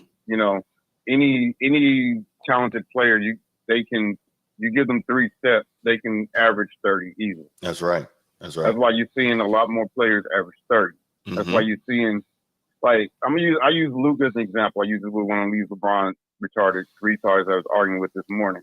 I was like, well, Luka's on pace to break all LeBron's records. So what are you going to say in 20 years from now when Luka breaks all his records? You're going to be saying the exact same thing we're telling you about Jordan. You're going to say Luka's not better. Well, I'll say that Luka won't be able to play that long. He doesn't keep himself in condition to do it. He won't play that long. Well, I'm just using as an example. Yeah. But his numbers, he's putting up better numbers, and he's a better skilled player. I'm just using it as an example. It's like I'm using an example as to how lies can be twisted into the truth when they're at the end of the day they're lies. Like he's a phenomenal player, but he's not the best. I'm gonna keep saying this until it gets through their 6 goals that he's not the the greatest basketball player of all time. There's too many narratives. There's too much proof to add to it. You don't even have to say anything. You can just put the two. You can get two screens and put both of their highlights or games side by side against any player, and you will see who's a better player. Right. And it will shut down any argument. But but the problem is it won't shut down any argument. That's why LeBron is trying so hard to get accolades and do this and do that and pat stuff. Yeah. I'm not trying to cut you off, but I got you're to. Fine. Go ahead. The generation coming up that like 8, 9, 10, 11, 12 years old, in 30 years, they're gonna be saying exactly the same thing that we're saying about LeBron, but worse. Because they're like, what the fuck you mean? How the hell he get 40,000 points? This dude travels every time he goes to the ball. Y'all trying to convince me that this guy is better than this guy that's playing now? Right. Are you fucking insane? Yeah. Watch. Kids that ain't never seen LeBron play, only see his highlights, they're gonna say the exact same thing that we're saying now.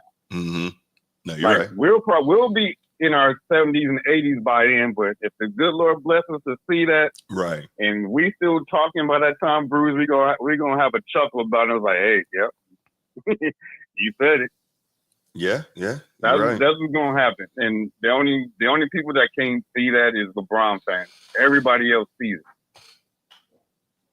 But I'll let you go and I don't know if anybody else want to call, but that's all I want to say now.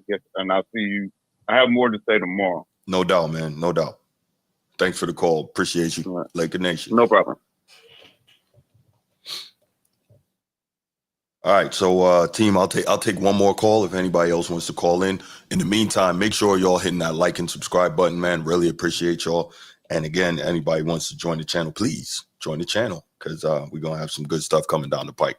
And that was Laker Nation, the first ever official channel member. All right, let's go ahead and take this. Yes. Can you hear me? I can hear you. How's it going, sir? It's been a while. It's been a while. Yeah, I see your number popping up, man. What's going on? Oh, man. I know you got a short period of time, so I'll try to be precise about it. No, you good. Take your time, brother. But I want to start with the first topic I want to talk about like the NBA ratings. We know they got that really big deal, but the killer of anything is tax. And yes, they secured the deal, but no one's going to be watching these games. And what they're offering is terrible. You know, the blackout games. And even if you buy the league pass, some of the games you can't watch, they're hurting themselves. Yeah, I saw that. That's crazy. You pay for the league pass and then you still can't watch some of the games? Like that's absurd. I agree. Yeah, every aspect of this is counterproductive. And it's gonna, if they keep this up, they're gonna be going through what Disney is going through right now. When Disney went through a stretch where there's women's empowerment and all these other agendas, and they try to inject it into all these shows and movies that people stop watching. And the thing is, you can't force me to buy something I don't want. I don't care how you try to gaslight me about it. If I like it, I like it. If I don't, you're not going to force me to do this. And that's what the NBA is coming to sort of impasse right now, is what they're doing. It's objectively a terrible product right now. When we was watching ball in the 90s and the early 2000s, and even at the end of the 80s, teams had schemes. The Bulls did the triangle. Denver did this and all that stuff like that. Even though Jordan dominated an era, so if the Bulls was a plan, I still wanted to watch the Sonics play Phoenix and stuff like that. They try to talk about how great the players are today. Even when Jordan was televised, you wanted to watch Barkley play against John Kent and stuff like that. That's all right. the games were good. And that is something they can't offer today. They're struggling with, I guess, KD and LeBron and Curry, even though they're the top sellers, their games don't still have that many viewers because it's a bad product. And even when you have the hyper LeBron fans, not all of them, but it is a lot of them that are, crashing out, talking to folks about it. They're not talking about basketball, they're talking about the person. And that's the biggest indictment against the NBA. The NBA is not advertised. The people and their brands are, and it's diluted the game. It takes your love away from basketball. People are watching the WNBA more, college more, because of what the NBA done to itself. Because even if we look at football, yeah, people love Mahomes and all the other players, but football, but NFL emphasize football first. Players Yes. come later. Yes, they always talk about the shield. Absolutely. Yep. But the NBA Players Association will never allow that. And realistically, they shouldn't. That's good business. But even to that point, the biggest thing that hurt the NBA and what the NFL backed off of was politics and injecting all these different causes. There's nothing wrong with that as an individual, but if that's the forefront of your game, for me, like, watching movies or watching sports, you watch these things to get away from real life. You don't want that injected into it as a form of entertainment. And for some reason, I don't know what it is of NBA, they just doubling down. Mm-hmm. And now they can't hide from it. Not even the mainstream media is talking about how poor the ratings are for the NBA. And so that's the point I made in the comments. Like, apathy can kill anything. I don't care, who you are. So they got to get back to a point where it's about the fans, because that's what they took away from the game. Yeah, we want your money, but we're gonna do what we want to do anyway. I'm like, wait a minute, I don't want to see this for our food fight. And then another point I wanted to address too is just how even people debate today. It doesn't make sense. A lot of times when I hear people argue for LeBron as an example, they always talk about his stats or whatever. And a lot of people, you can tell they do not watch the game at all, because you can see he's 38 and 10 and all this other stuff like that, but you can see that stat, but you can't see the game where he's, hiding folks in the lane and traveling, carrying it, flopping like a dead, like a fish out of water. Yeah. You can ignore all of that. Yes. You can look at and then add to the fact that a lot of his milestones are in the law. So he can be the highest score, higher this and that. What did it produce? In 22 years, he has 4 championships to the one, and one of them is still has an asterisk by it because of the circumstances that's around it. And every other championship they want to have some caveat that if this didn't happen, y'all wouldn't win. So, and then all the other losses is because he didn't have enough help. So it's just all this narrative spinning and all the different things that also takes away from the game. Because what did he accomplish with all these stats and stuff that he accumulated? What did it produce? Mm-hmm. You can't tell me the greatest. You can't tell me the greatest of all time if you have so many losing stats. That's he has most turnovers, most of all these other different things, but yet his fans will ignore that and talk about what they see on the stat sheet, not what they watch in the game. And that's the discussion that the NBA has done to the true fans of basketball. There you go. Good call, man. Do you have anything else to add? Oh no, man. I'll congratulate you on your team beating Georgia, man. But this is where this separates. So absolutely, man. I appreciate that, man. It was huge. We needed that. It was I think it was a program defining win, but this is not a college football show. But yeah, I appreciate that, brother. Thank you. No problem. Thanks for taking the call, Bruce. No doubt, man. Thanks for calling in. I appreciate you. Yeah. All right, bro. All right. Unless we I got you, Laker Nation. I got you. It was somebody real quick. I'm gonna answer. Somebody asked, Ed, we play Penn State coming up on Thursday, and no, I'm not worried. I think they are a team that's built very much like us, plays very much like us. But I think we'll be fine. I think we can beat them. Just the key is going to be stopping the run, because I do not believe that quarterback they have, Drew Aller, is going to be able to beat Notre Dame. So, but yeah, Penn State on Thursday. So let's get it. Let's go Irish. And I think we're going to leave it right there, man. It's about 2 hours. Didn't expect it to be this long, but got some good engagement. I appreciate everybody who was here in the chat. Appreciate everybody who called in. Appreciate all the comments. Y'all continue to show me love, man, and I appreciate that so much. And I am the guys, are going to try to continue to keep bringing you quality content, man. So thanks for tuning in. We'll see y'all tomorrow morning. I don't know. I might pop up later again. Who knows, man? Y'all know how I do. I just randomly pop up sometimes. But yeah, thanks a lot. Y'all have a great day. Enjoy some NFL football today. No college today. And just have a good one. And we out. Peace.